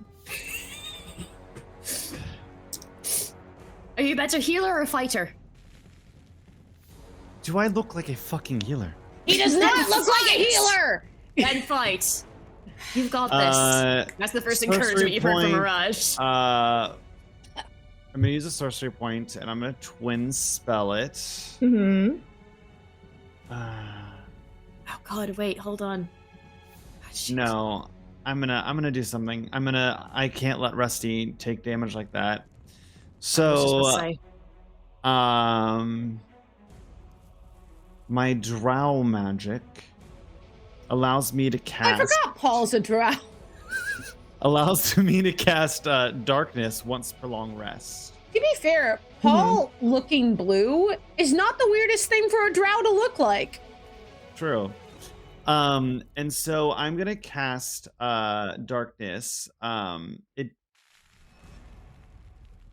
on that area. Darkness is a 15-foot radius. Yes, I believe so. So if you wanted to draw a little, yes, it doesn't let me draw. Well, I might be on the roughly like. Oh, once I draw it, it's gone. Oh, there we go. Okay, we love this journey. But yeah, you mentioned that. Yeah, the radius where the 2 are covered in darkness, and then I will say that as you're doing this, I look back at Lorwyn with like blood trickling down my face. I'm just like, yeah, we good? I'm so proud of you. Well, know that it won't. I hate roll 20 for this stupid shit sometimes. 15 centered on the red person. I'm gonna put darkness. And I think that is an action for me. Yes, that is an action. So it would be like all here. And then I'm going to run 5, 10, 15, 20, 20 I have my 30 foot over here. So if you're casting darkness and then running over there, I'm looking at the wrong thing. Nope, I was looking at the wrong arrow. You're good. I'm kind of staying on the outside, and I'm not attacking, but I am going to look over to the person over there and say, "This way, come on." Okay. Make me a persuasion check because he has seen that you guys have killed the majority of these. So I am going to use Tides of Chaos, so I gain advantage on one roller ability check before it happens. Oh, don't forget to roll a d20 for darkness to see if you do a surge. Whoops. That did not trigger it, but Hey. the Tides of Chaos automatically trigger it. Oh, it does? Ooh. Tides of Chaos does as a special. Oh, ability. shit. I didn't realize Tides of Chaos automatically triggers a wild magic surge. Hey, guess what, Evelyn? We're incorporating that for Grim from now on. Yeah, it's whether or not the DM wants it. It says the DM can have you roll a wild magic if you Hey, Evelyn, like. you're going to do that I from will. now on. I will have you roll wild magic. Give me a d100. Oh my god. Let me roll persuasion first. Yeah, roll your persuasion and then we'll do the d100. That's a 14 plus persuasion 4, so that's an 18. The sailor looks at you and it sees that the eelfolk scourge is just gone and makes and drops the summoning that it's doing and runs just over to you and looks just put very my blue nervous. body in front of them as much as I can, and I rolled a 35 on the wild magic surge. Okay, 35. Oh, no. I think I know what that is. I do too. Oh no. Roll a d10 for me. Oh no. Yeah, I know what this is. I don't. I'm scared. 3. You feel yourself being a drow. Drows have very long lifespans, so there really is not much of a change, but you do de-age by about 3 years. Knew it. There's not much difference. You probably. How old is Paul? Or was? He was like roughly like late 30s. So Okay, you're like translated drow. you're like late mid 20s. It's kind of like a little bit of a line kind of just disappears, like one little elf. smile line. One line. Wait, were you 30s in human years or 30s in elf years? Drow years. I was very, very young. Ooh. So 30 in elf years is we're gonna. So are you 30 calendar years? Yes. That is what I'm. Okay. So 30. So yes, 30 human years, 30 calendar years. Yeah. So you are now 27. You are a very young elf. You're like a teenager. What happened to that basically. wrinkle there? It's gone. Elves don't get Perhaps wrinkled. side effects of being blue. Or your magic. Anyways. That's end of my turn. All right, that was Paul's turn. Guys over there. We're back at the top of the order with Lauren. Woo. All right, Lauren. Woo. I can heal, but you can also heal. It just depends on who can get to Rusty first. It's okay. Just defeat the eels. I'll be fine. Blood. Rusty! What? Not again. Lauren, you choose.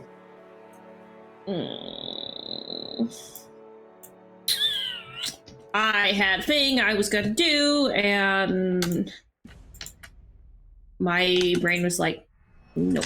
Yeah, about that.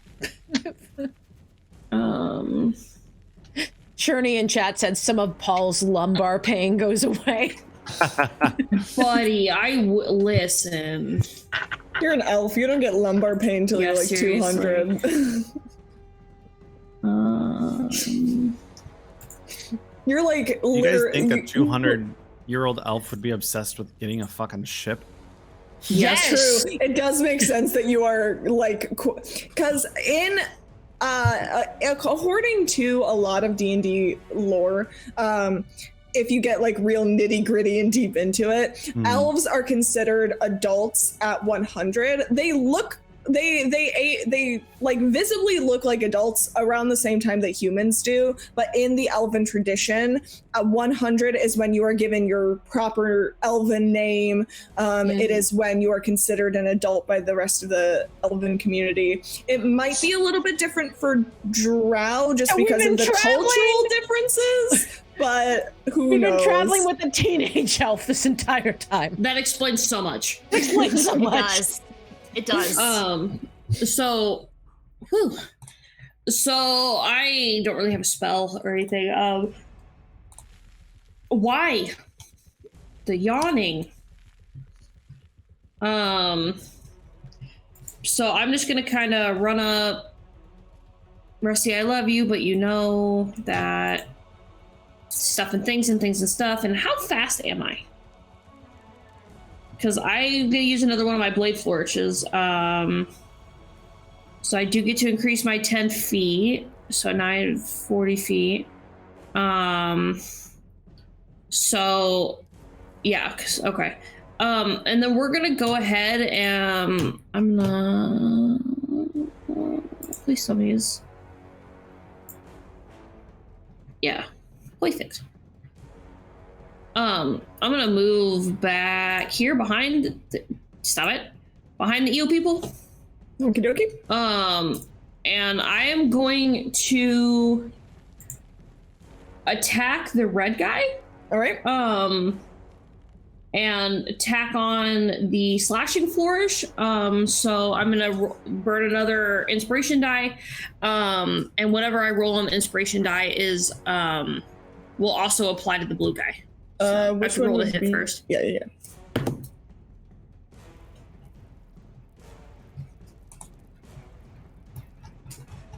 13. This is a hunter. Probably not. Yes. Oh no shit. 13 hits. Okay. They all have the same AC. It's very convenient. That's helpful.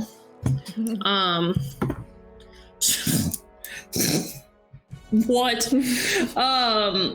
What happened? I am bad at rolling. Oh no. That the person who rolled max damage on Dissonant Whispers. Literally. So 3 plus my dex for another 3 plus the bardic inspiration die is going to be 3 plus 2. So 11. So 11 points of damage to the red eel man. Okay. And then 3 points of slashing damage to the blue guy.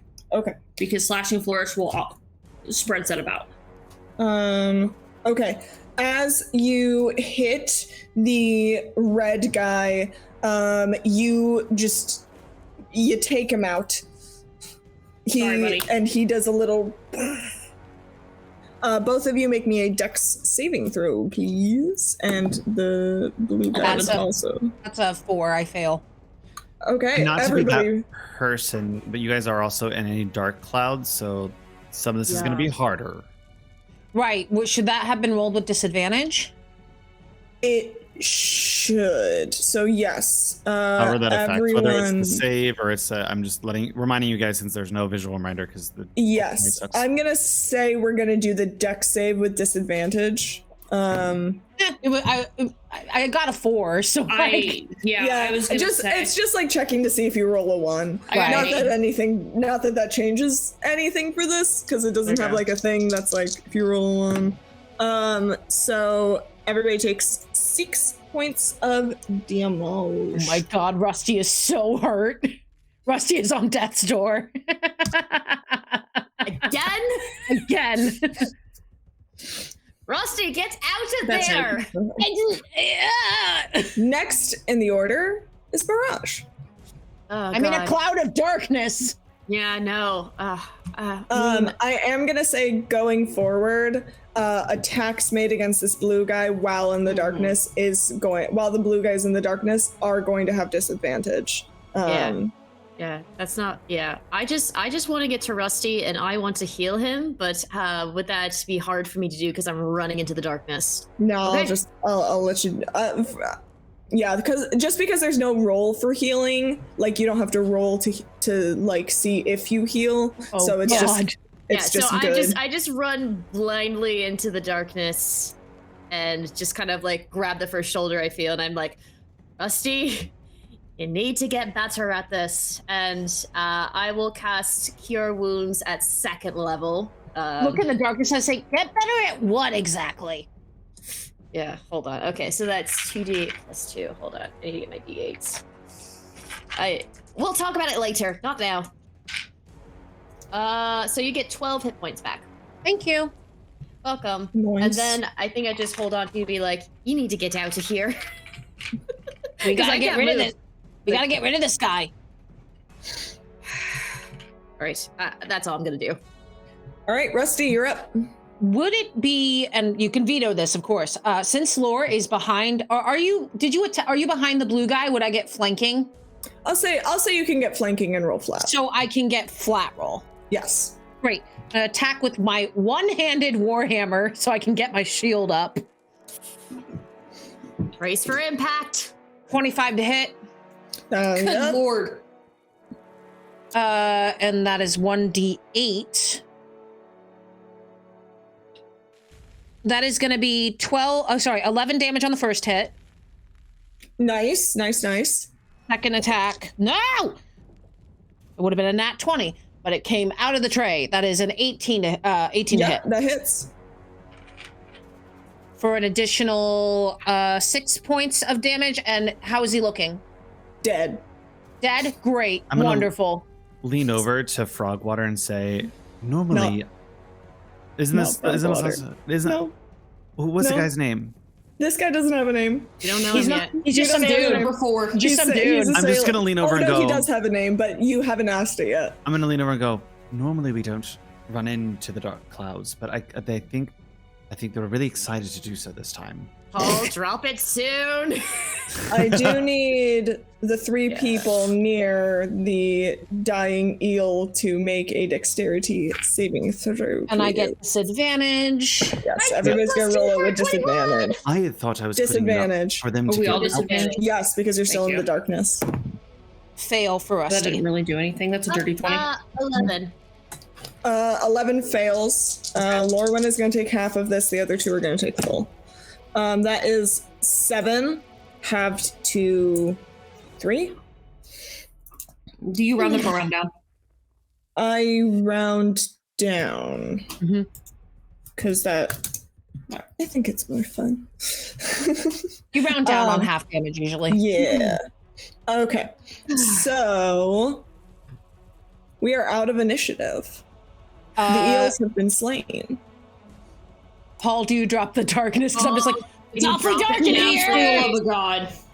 Paul, please. And I really thought, if you think about it, Paul! sorry. And you'll see it kind of like filter down. It kind of lingers on the ground just a little. You see that I am like visibly beat up and bleeding, just like, all right, cool, what now? Well, my goodness, thank you all for stopping those eels. That was very unpleasant. They were making me do all sorts of silly little rituals, and I thought a couple of my friends have been got by water elementals because they've been forced to do this, and I don't care for it myself. What is your name? Grigor? Grigor. So, Hold on. your group is over Hang on, in the other room. Hang on, Laura was saying something. What'd you say, Laura? How old are you? I'm just an old sailor man. What? I look at Mirage and go, I think he's too old to be sailing. Why is he here? I'm doing my best here, folks. Really concerned for the old man who's been tortured. Grigor, you're safe. Your group and captain are on the other side of the door. Feel free to join them. We'll be there shortly. Oh, thank you so much. And he runs off and he's like, Captain Hess! As he runs up into the next room. Into the previous room, excuse me. Yeah, and you guys are all just in this room. Before you is the bowl of commanding water elementals. Could Mirage make some kind of check, like magical or arcana or something, to see if it's still tampered with or if it's like back to normal or anything? Yeah, give me an arcana check. Okay. Oh man, what is up with these dice? That's just a 10 altogether. You see that it is not really, it's not that it's been tampered with, it's just been misused. So it is still, it looks perfectly fine. Right. I think we're good with the elemental, but we better make sure nobody else gets their hands on this. Who knows, whoever wants it. Could do terrible things with it. We're destroying it. No. I thought we were supposed to take it back to the lighthouse keeper. Exactly. Well, Honey, you can't go around and blow up everything you don't like. I mean, summoning water elementals is not really the best. But if they're used for good instead of poor decision making. Fair. That's fine. Wait, that's fine. Mirage will gently grab the bowl. The bowl does not move. The bowl is where it is, and it will not. It doesn't go anywhere. Oh, so it's supposed to be there. Yeah, and it's also it's very big. Oh, as you can see, it fits within this like 15-foot block. Yeah, I see so it. it's a little big. I hate that it's called a bowl. Alrighty. Well, we can let Lucian know that it's good and it's safe, but maybe we should use some sort of blockage in front of these doors to make sure no current enemies comes forward, because I think there's more that we have to discover, right? We haven't found the boy. I know, we still need to find him. I need to check out my boat. I look at Lorwyn when Paul says my boat, and Rusty just kind of gives you a look of like, please help me. I'm so hurt. I see that look and I'm like, Rusty, I'm with you, but we're too deep shit in this lie already, and he already knows what he's done, and I point out the scars on his shoulder. I'm just like, Lorwyn, you were saying something. I don't know how to help you anymore, Paul. And I am gonna cast. I am going to go ahead on Rusty. I'm sorry. Well, it's not your fault. It kind of is, though. Second level cure wounds. I kind of just run in and wreck house and get hit. I mean, and for that, we thank you. So you're gonna get 9 points back. Thank you. Nice. I'm not doing great, but I'm at least back in double digits. So where are you guys headed next? Are you going to go back through the treasure room, or are you going to try and go out the other doors? I would like to go out the other door. Yeah, I agree. Yeah. Okay. Mm-hmm. Let me look at my little labeled map just to see what that area is labeled as, so I can look at my little thing. I guess, like, going back to the room, we just check on the, and Mirage is just looking at the captain and everybody be like, how are you all doing? You all right there? Because they had a short rest while we battled. Yeah. And the captain says, I'm doing pretty all right. Once my men are a little bit more suitable, though, I do need to go check out that wreckage of my ship. We gotta find that boy. We're one step ahead of you. We'll scat ahead and see what we can find. Quick question. Thank you. Do you have any potions available just in case? I haven't got anything on me. I apologize. Is there any chance they could be in the treasure room? I'm metagaming, I know. Yeah. Unfortunately, from the investigation check before, you would know that there are no potions in the other room.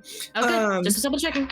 So you guys head out onto this little beach dock area. A small sandbar rises out of the water. 2 rowboats are tied up at a rickety wooden dock anchored at the sandbar. That would be this over here, if it will click. A crumbling 20-foot-high wall of an ancient sunken tower juts from the cave wall. I don't know where that. Oh, I think that's supposed to be this. That can be climbed with. That can, I guess. I don't know. That doesn't seem to have anything to do with anything from what I'm reading. But yeah, you guys are on like a little beach. Give me some perception checks. I was about to ask for a perception check. Yeah, everybody give me a perception check. Dirty 20. Okay. 21. 24. 24. Nice. No Magic, idea what you're saying. Muted. 19 with disadvantage. Nice. Whacking the mic. All of you can see that there are sharks in the water. You can also see over here what appears to be the front end of a ship. I feel like that's our ship, but there are sharks in the water, so... There's rowboats, right? Yes, 2 rowboats are tied up at this little... just gonna happily grab into the rowboat and start undoing. Hold on. Wait, Paul. I have a cantrip called Thunderclap. Could I use Thunderclap on the water to electrify the sharks? Let me look Or at is this. it, or would it be, or was it Thunder Wave? It's a thunderous sound. Okay. Yeah, It's thunder damage. Yeah, thunderclap is not the... You're thinking lightning. Yeah. But it is thunder damage. I wouldn't kill the sharks. I would just, they're just minding their own freaking business. I would just leave them be. But I don't know if they're going to try to attack us when we get in the rowboat. But I do see Pole undoing a rowboat, and I look at Lorwyn and Mirage, and I start undoing the other. I go, whoever wants to hop in line. I have. Do I have proficiency in boat vehicles? No, only land vehicles. The other thing that you guys see on the shore is that down here there appear to be some treasure chests. I'm going to go ahead and take a quick look at the treasure chests. If you don't mind, I'm going to open them and see what's in them. Yes. What were you going to say? I am going to get in the rowboat because I do have proficiency in water vehicles. Okay. In the treasure chests, give me... Where did the thing go? Where is it? I just was looking at it. Okay.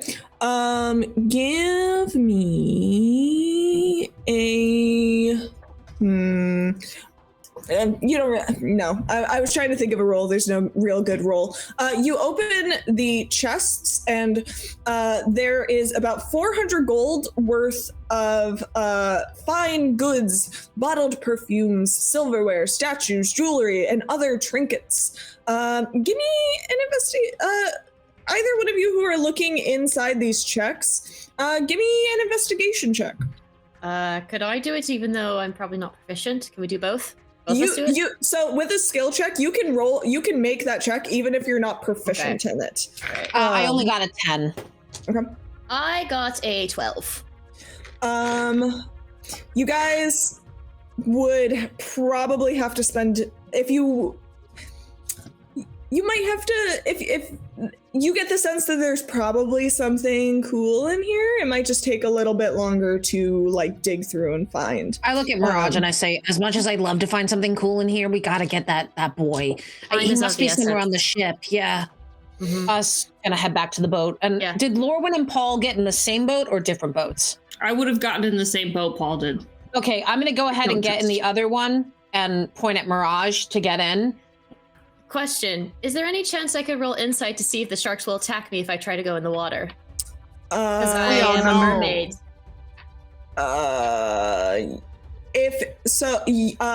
Give me insight check. Okay. I'm gonna go this way. That'll be a 22. If you get close enough to them, they will attack. But if you are in the water. Okay. If you physically are in the water, and you get within a certain distance, they will attack you. If I keep distance away, though, would I be able to, or would that be too much of skills checks to like dexterity saves and whatnot? It would be because they are like moving around. It would be a lot of different checks. Yeah, all right. Then I was just like, okay. Then I go in the ship with Rusty. Not worth the time. Okay. Yeah, let's get going. All right. You guys head over to the ship, and we can actually switch out of Roll20 magic if because we don't super need it anymore. Cool. You can now see, you are in the mouth of a cove. You can see ahead of you the open sea. This is clearly like an entrance. And you come to the merchant's sailing ship, the Jade Lion, anchored at the opening of the cove. It lists in the water just out of reach of the jagged walls. One of its masts is snapped and missing. There are 2 remaining rowboats tied to the ship that are identical to the ones you guys are currently in. I bet there's someone already on here. I believe that as well. I know, Lorwyn, I get it. It sucks. I'm so tired of fighting eels. In fact, I hope I never see an eel again after this. They do make a great sushi, though. Okay, well, now I want sushi, Paul. Do you guys get Eyes on on the the prize, everybody. Yes. I would like to make a perception check to see if there's anyone around and see if we have to stealth. All right, give me a perception check. Can I help since I have proficiency? So the help action has nothing to do with proficiency. It's just using your action to provide aid to somebody. I would appreciate the help action if you would be so kind. No, help action. I've just had other cases where it had to be proficient in other campaigns. No. That's even worse. That's only an 11. Okay. You with an 11, you really don't get much of a sense of like you don't see anything. There doesn't appear to be anything atop on the deck of the ship. I think I'm gonna look at my friends and go, I'm just gonna stealth anyway. I'm still pretty hurt, but I can, I pulled up my shield. I can still be kind of a battering ram. So if you'll let me go first and stealth, if anything happens, I can probably fend them off. Before you go in, first level cure wounds. Thanks. Just to, because I appreciate you. Yeah. Oh, of course. It's only 1d8 though, so. I will take what I can get. That's only 4. I will take what I can get. Yeah. Trying to save second level for other stuff. No, please do. And I would like to, and the party can do what they want. I know Lorwyn's super good at this kind of stuff, so I'm kind of like looking back over Lorwyn, like, is this how I stealth? Is this how I do the thing? Stealth is not. I am not stealtzy. Oh, we're the least stealthy party. I have proficiency in stealth. I'm stealthy. I decidedly do not. So I think we should try to sneak onto the boat and find this kid. All right. Let's see. I guess give me a stealth check. Okay. 12. Okay. Okay. Let me roll this bad boy.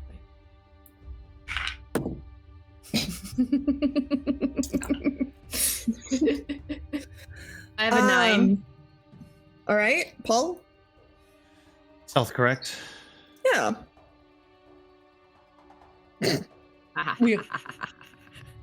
What'd you get, Paul? I have a natural 1. I have an 11. I feel better now. I have a 9, so. You guys get onto the ship. It's difficult to get on top of a ship, so you guys are a little bit noisy. You make a little bit of noise, and you hear from deep. Well, Paul, you make a lot of noise, and from deep in the ship, you hear a tiny yelp, a little. I'm just gonna stop my foot and say, "Where are you?"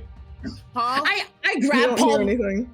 I grab Paul and I go, "Are you kidding me right now?" I'm like, hey, it's okay. Your father, what's the father's name again? Benji Frogwater. Benji Frogwater. sent us here? Are you his son? You're not eels, are you? Last time I checked, I was decidedly a human and not an eel. Do we sound like we speak eel folk? I don't know. Those horrible eels are really scary. Yeah, it's okay. It's okay. You can come out. Yeah, it's really okay. You guys see a small halfling child with big green eyes and freckles kind of like come up from below the deck and like peek at you guys like from the bottom of the stairs and like look at you very nervously. I would kind of like crouch down to his height and like gesture. Same. I crouch down as well. I'm gonna just stand there with Paul, like, please don't stomp on the boat again. Scary. Yeah.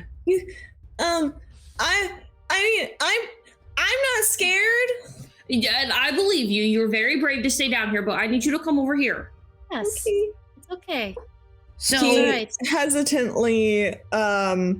hesitantly like walks over to Mirage and Lorwyn. I take his hand. I think he would see a little bit of the scales kind of flicker a little bit. I don't know if he's interested at all in mermaids, but like he would see the scaling on her body. Mm-hmm. So, buddy, we heard you snuck onto the ship.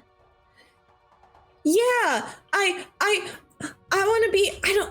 My dad wants me to be a merchant, but I want to be an adventurer.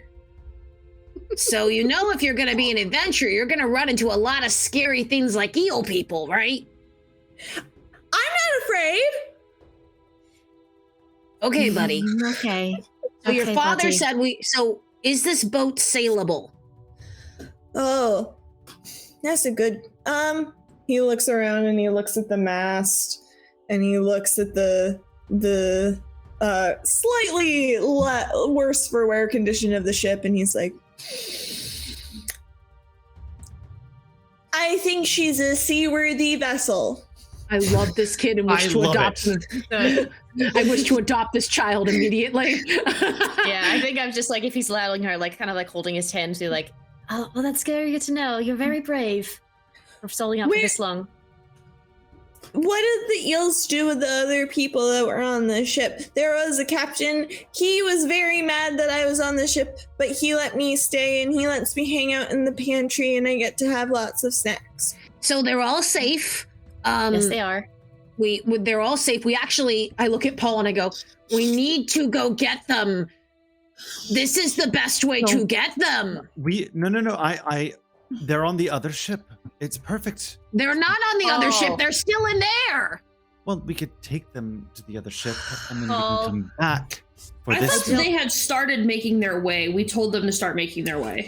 They were, when you guys passed through the room again, they were still like getting their bearings. You guys were only in the other room for like 30 seconds. Yeah, exactly. They were still getting their bearings. They haven't moved that. I'm just like, I don't think they've left yet. Paul. A big task was to get we could move the treasure over to the ship and we could bring the child back on the ship, and with the team of us, we have this. Paul. I look at Paul and reasonable. What?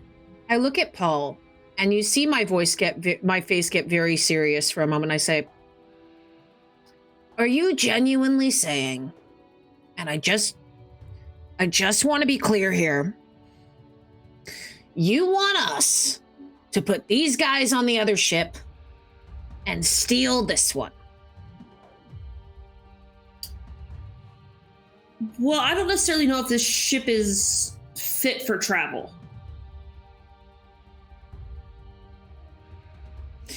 Are you gonna steal my daddy's ship? No. We are not here to steal. We are here to save. Isn't that right, Paul? And you see the eyes flickering in different colors. We'll get you another one. But right now, now's not the time to be selfish.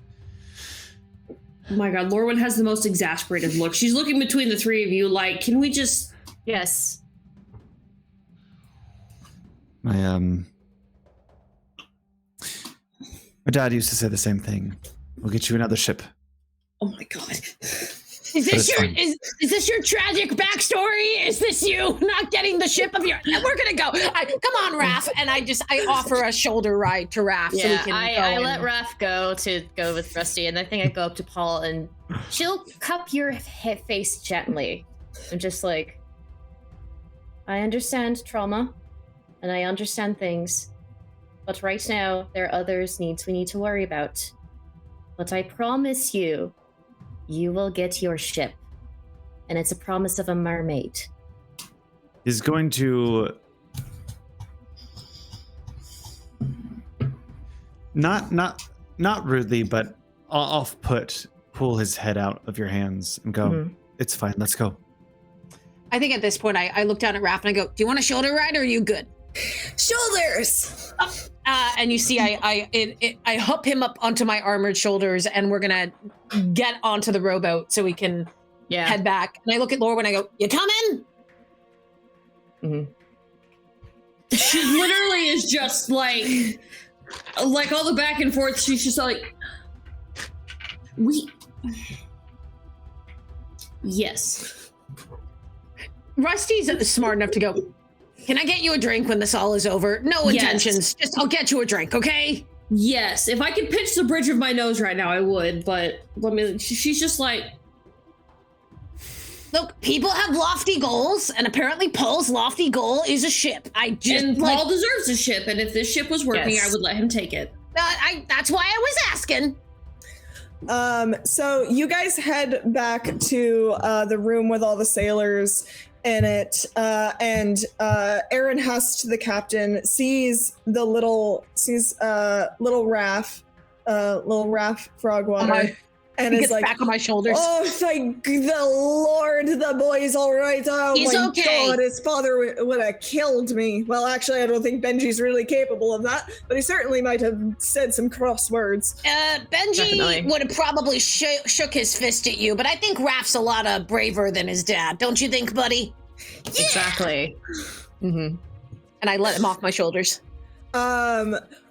So how's this ship looking? Is it real bad? Oh. Is it in pieces? It's not sailable. We don't think it's sailable. Well, all right. Well, all right.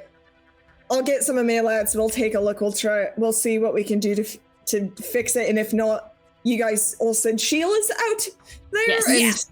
Outside. All right. Sheila's going to be able to help us as well. You need help carrying any of this stuff? We'll get it taken care of. Thank you so much, all of you, for your help for rescuing the lad. I'm sure Sheila will be able to make it back I'm sure Sheila will be able to help the boy back. If you guys don't want to carry him around. I kind of looked out at Raph and go, do you want to be carried around? I want to hang out with the sailors. Okay, bye. So, congratulations, you guys. You have, I'm going to do a little bit of some wrap-up-y things here, but you guys have pretty much done it. You have succeeded you've saved the boy, you've saved the sailors, and you've saved the lighthouse. Just as a little bit of wrap up, you guys head back to the lighthouse and I assume give Lucian the good news. Oh yeah. He is ecstatic and he gives each of you a mariner's coin. This coin is a hammered copper piece stamped with a shining lighthouse. When presented to a non-hostile sailor, it grants advantage on one charisma check to influence them. Woo! Get the boat. Get the boat. Get the boat. Yes. Yeah, Paul, honey, you get the boat you deserve. Yeah, exactly, honey. You get that boat you deserve. Oh yeah. Hell yeah, I want that to be our epilogue. Please get our epilogue. Yeah, I know. I was gonna have something with epilogue. We'll get there. We're not done yet. So you guys head back up. Lucian is very, very grateful. And you guys return to the Annabelle Lee. And Sheila Coppertree is also very like, thank you for finding my friends. I really appreciate all you guys have done. I may have another task for you. If you would be willing to take on perhaps another adventure. What did you offer a ship in the end, as I look at Paul? There's a small smirk. You know what? I might be able to get you a ship. Brilliant. What's the job? And that is actually where we will end. You guys also receive 200 gold each from Benji Frogwater, who is extremely grateful that you have brought back his cargo and his son. Just mentioned the cargo. In that order. Yeah. And you guys also get the opportunity to go to any port of your choice, free from Sheila Coppertree. And that's it. Woo! We did it.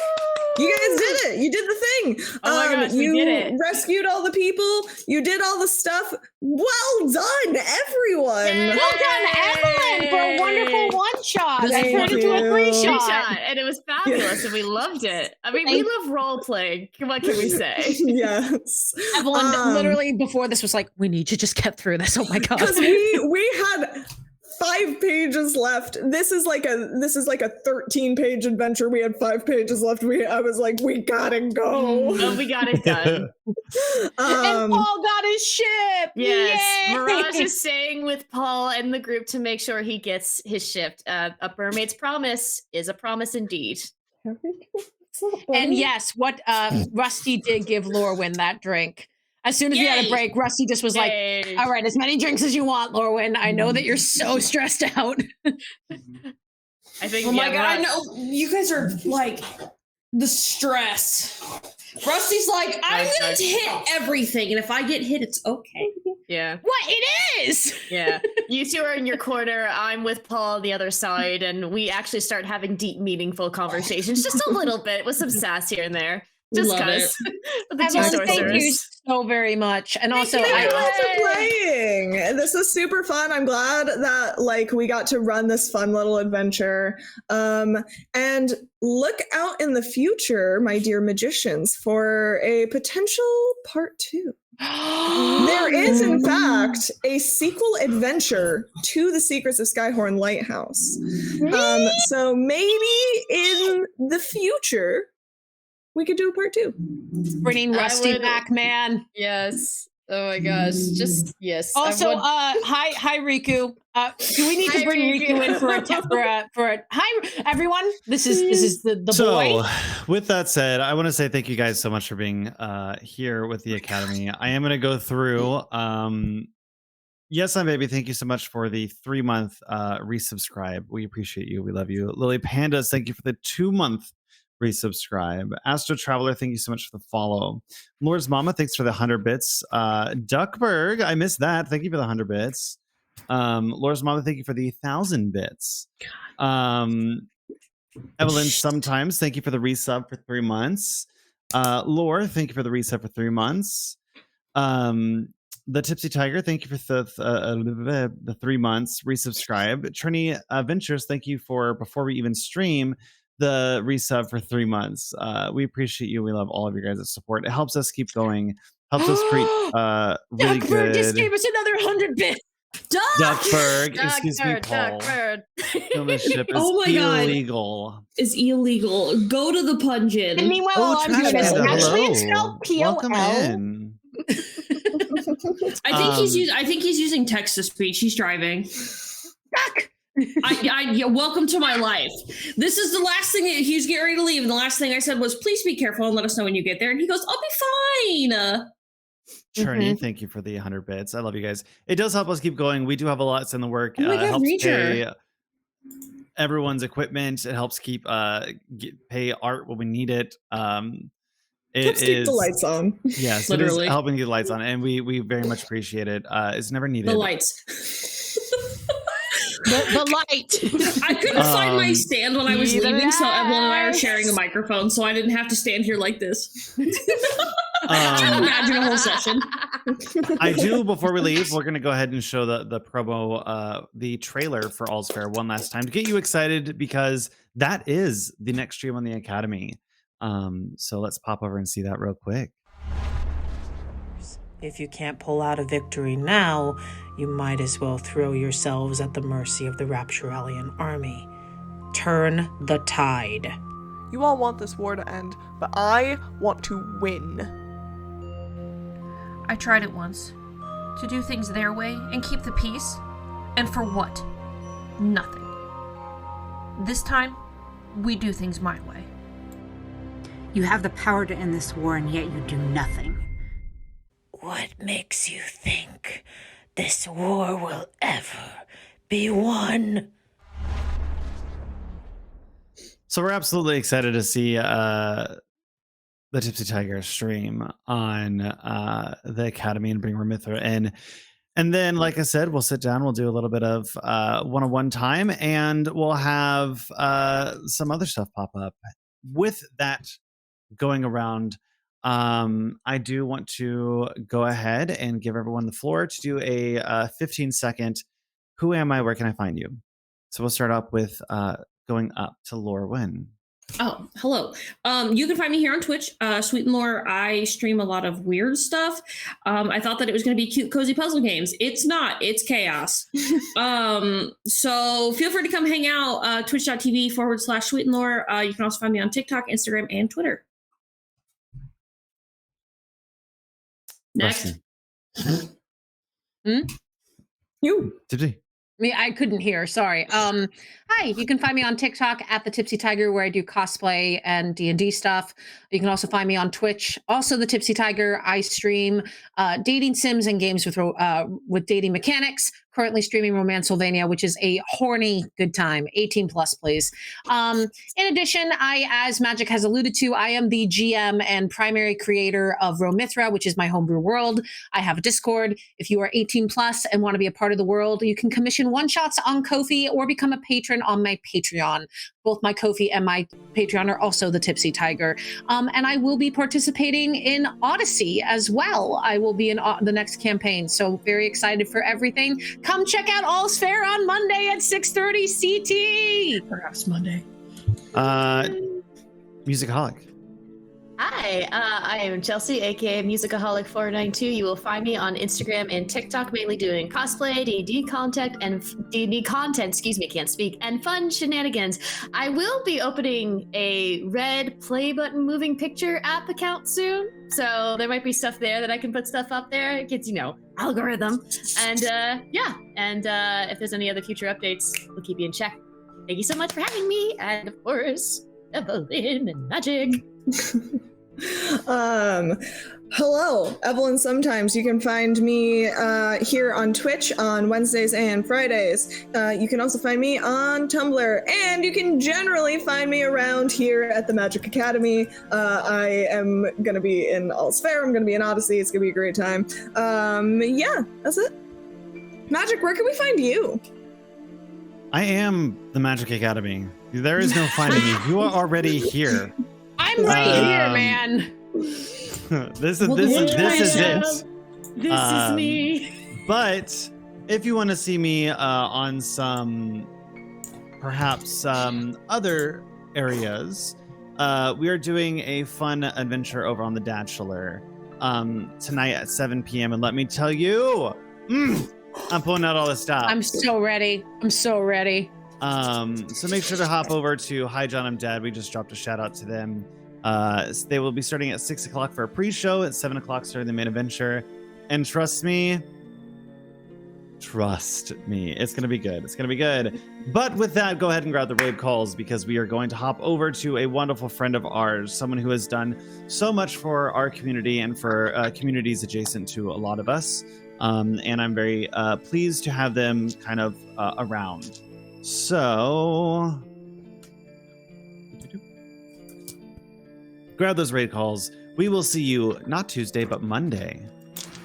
We will see you Monday for All's Fair. What time is that?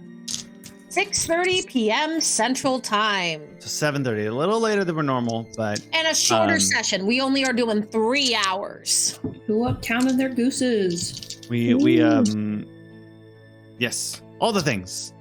So excited. So, Up Goose in their town. as we like to say, House of Goose, Shrebe Supremacy. We'll see you on the other side. Bye. Bye, guys. Bro.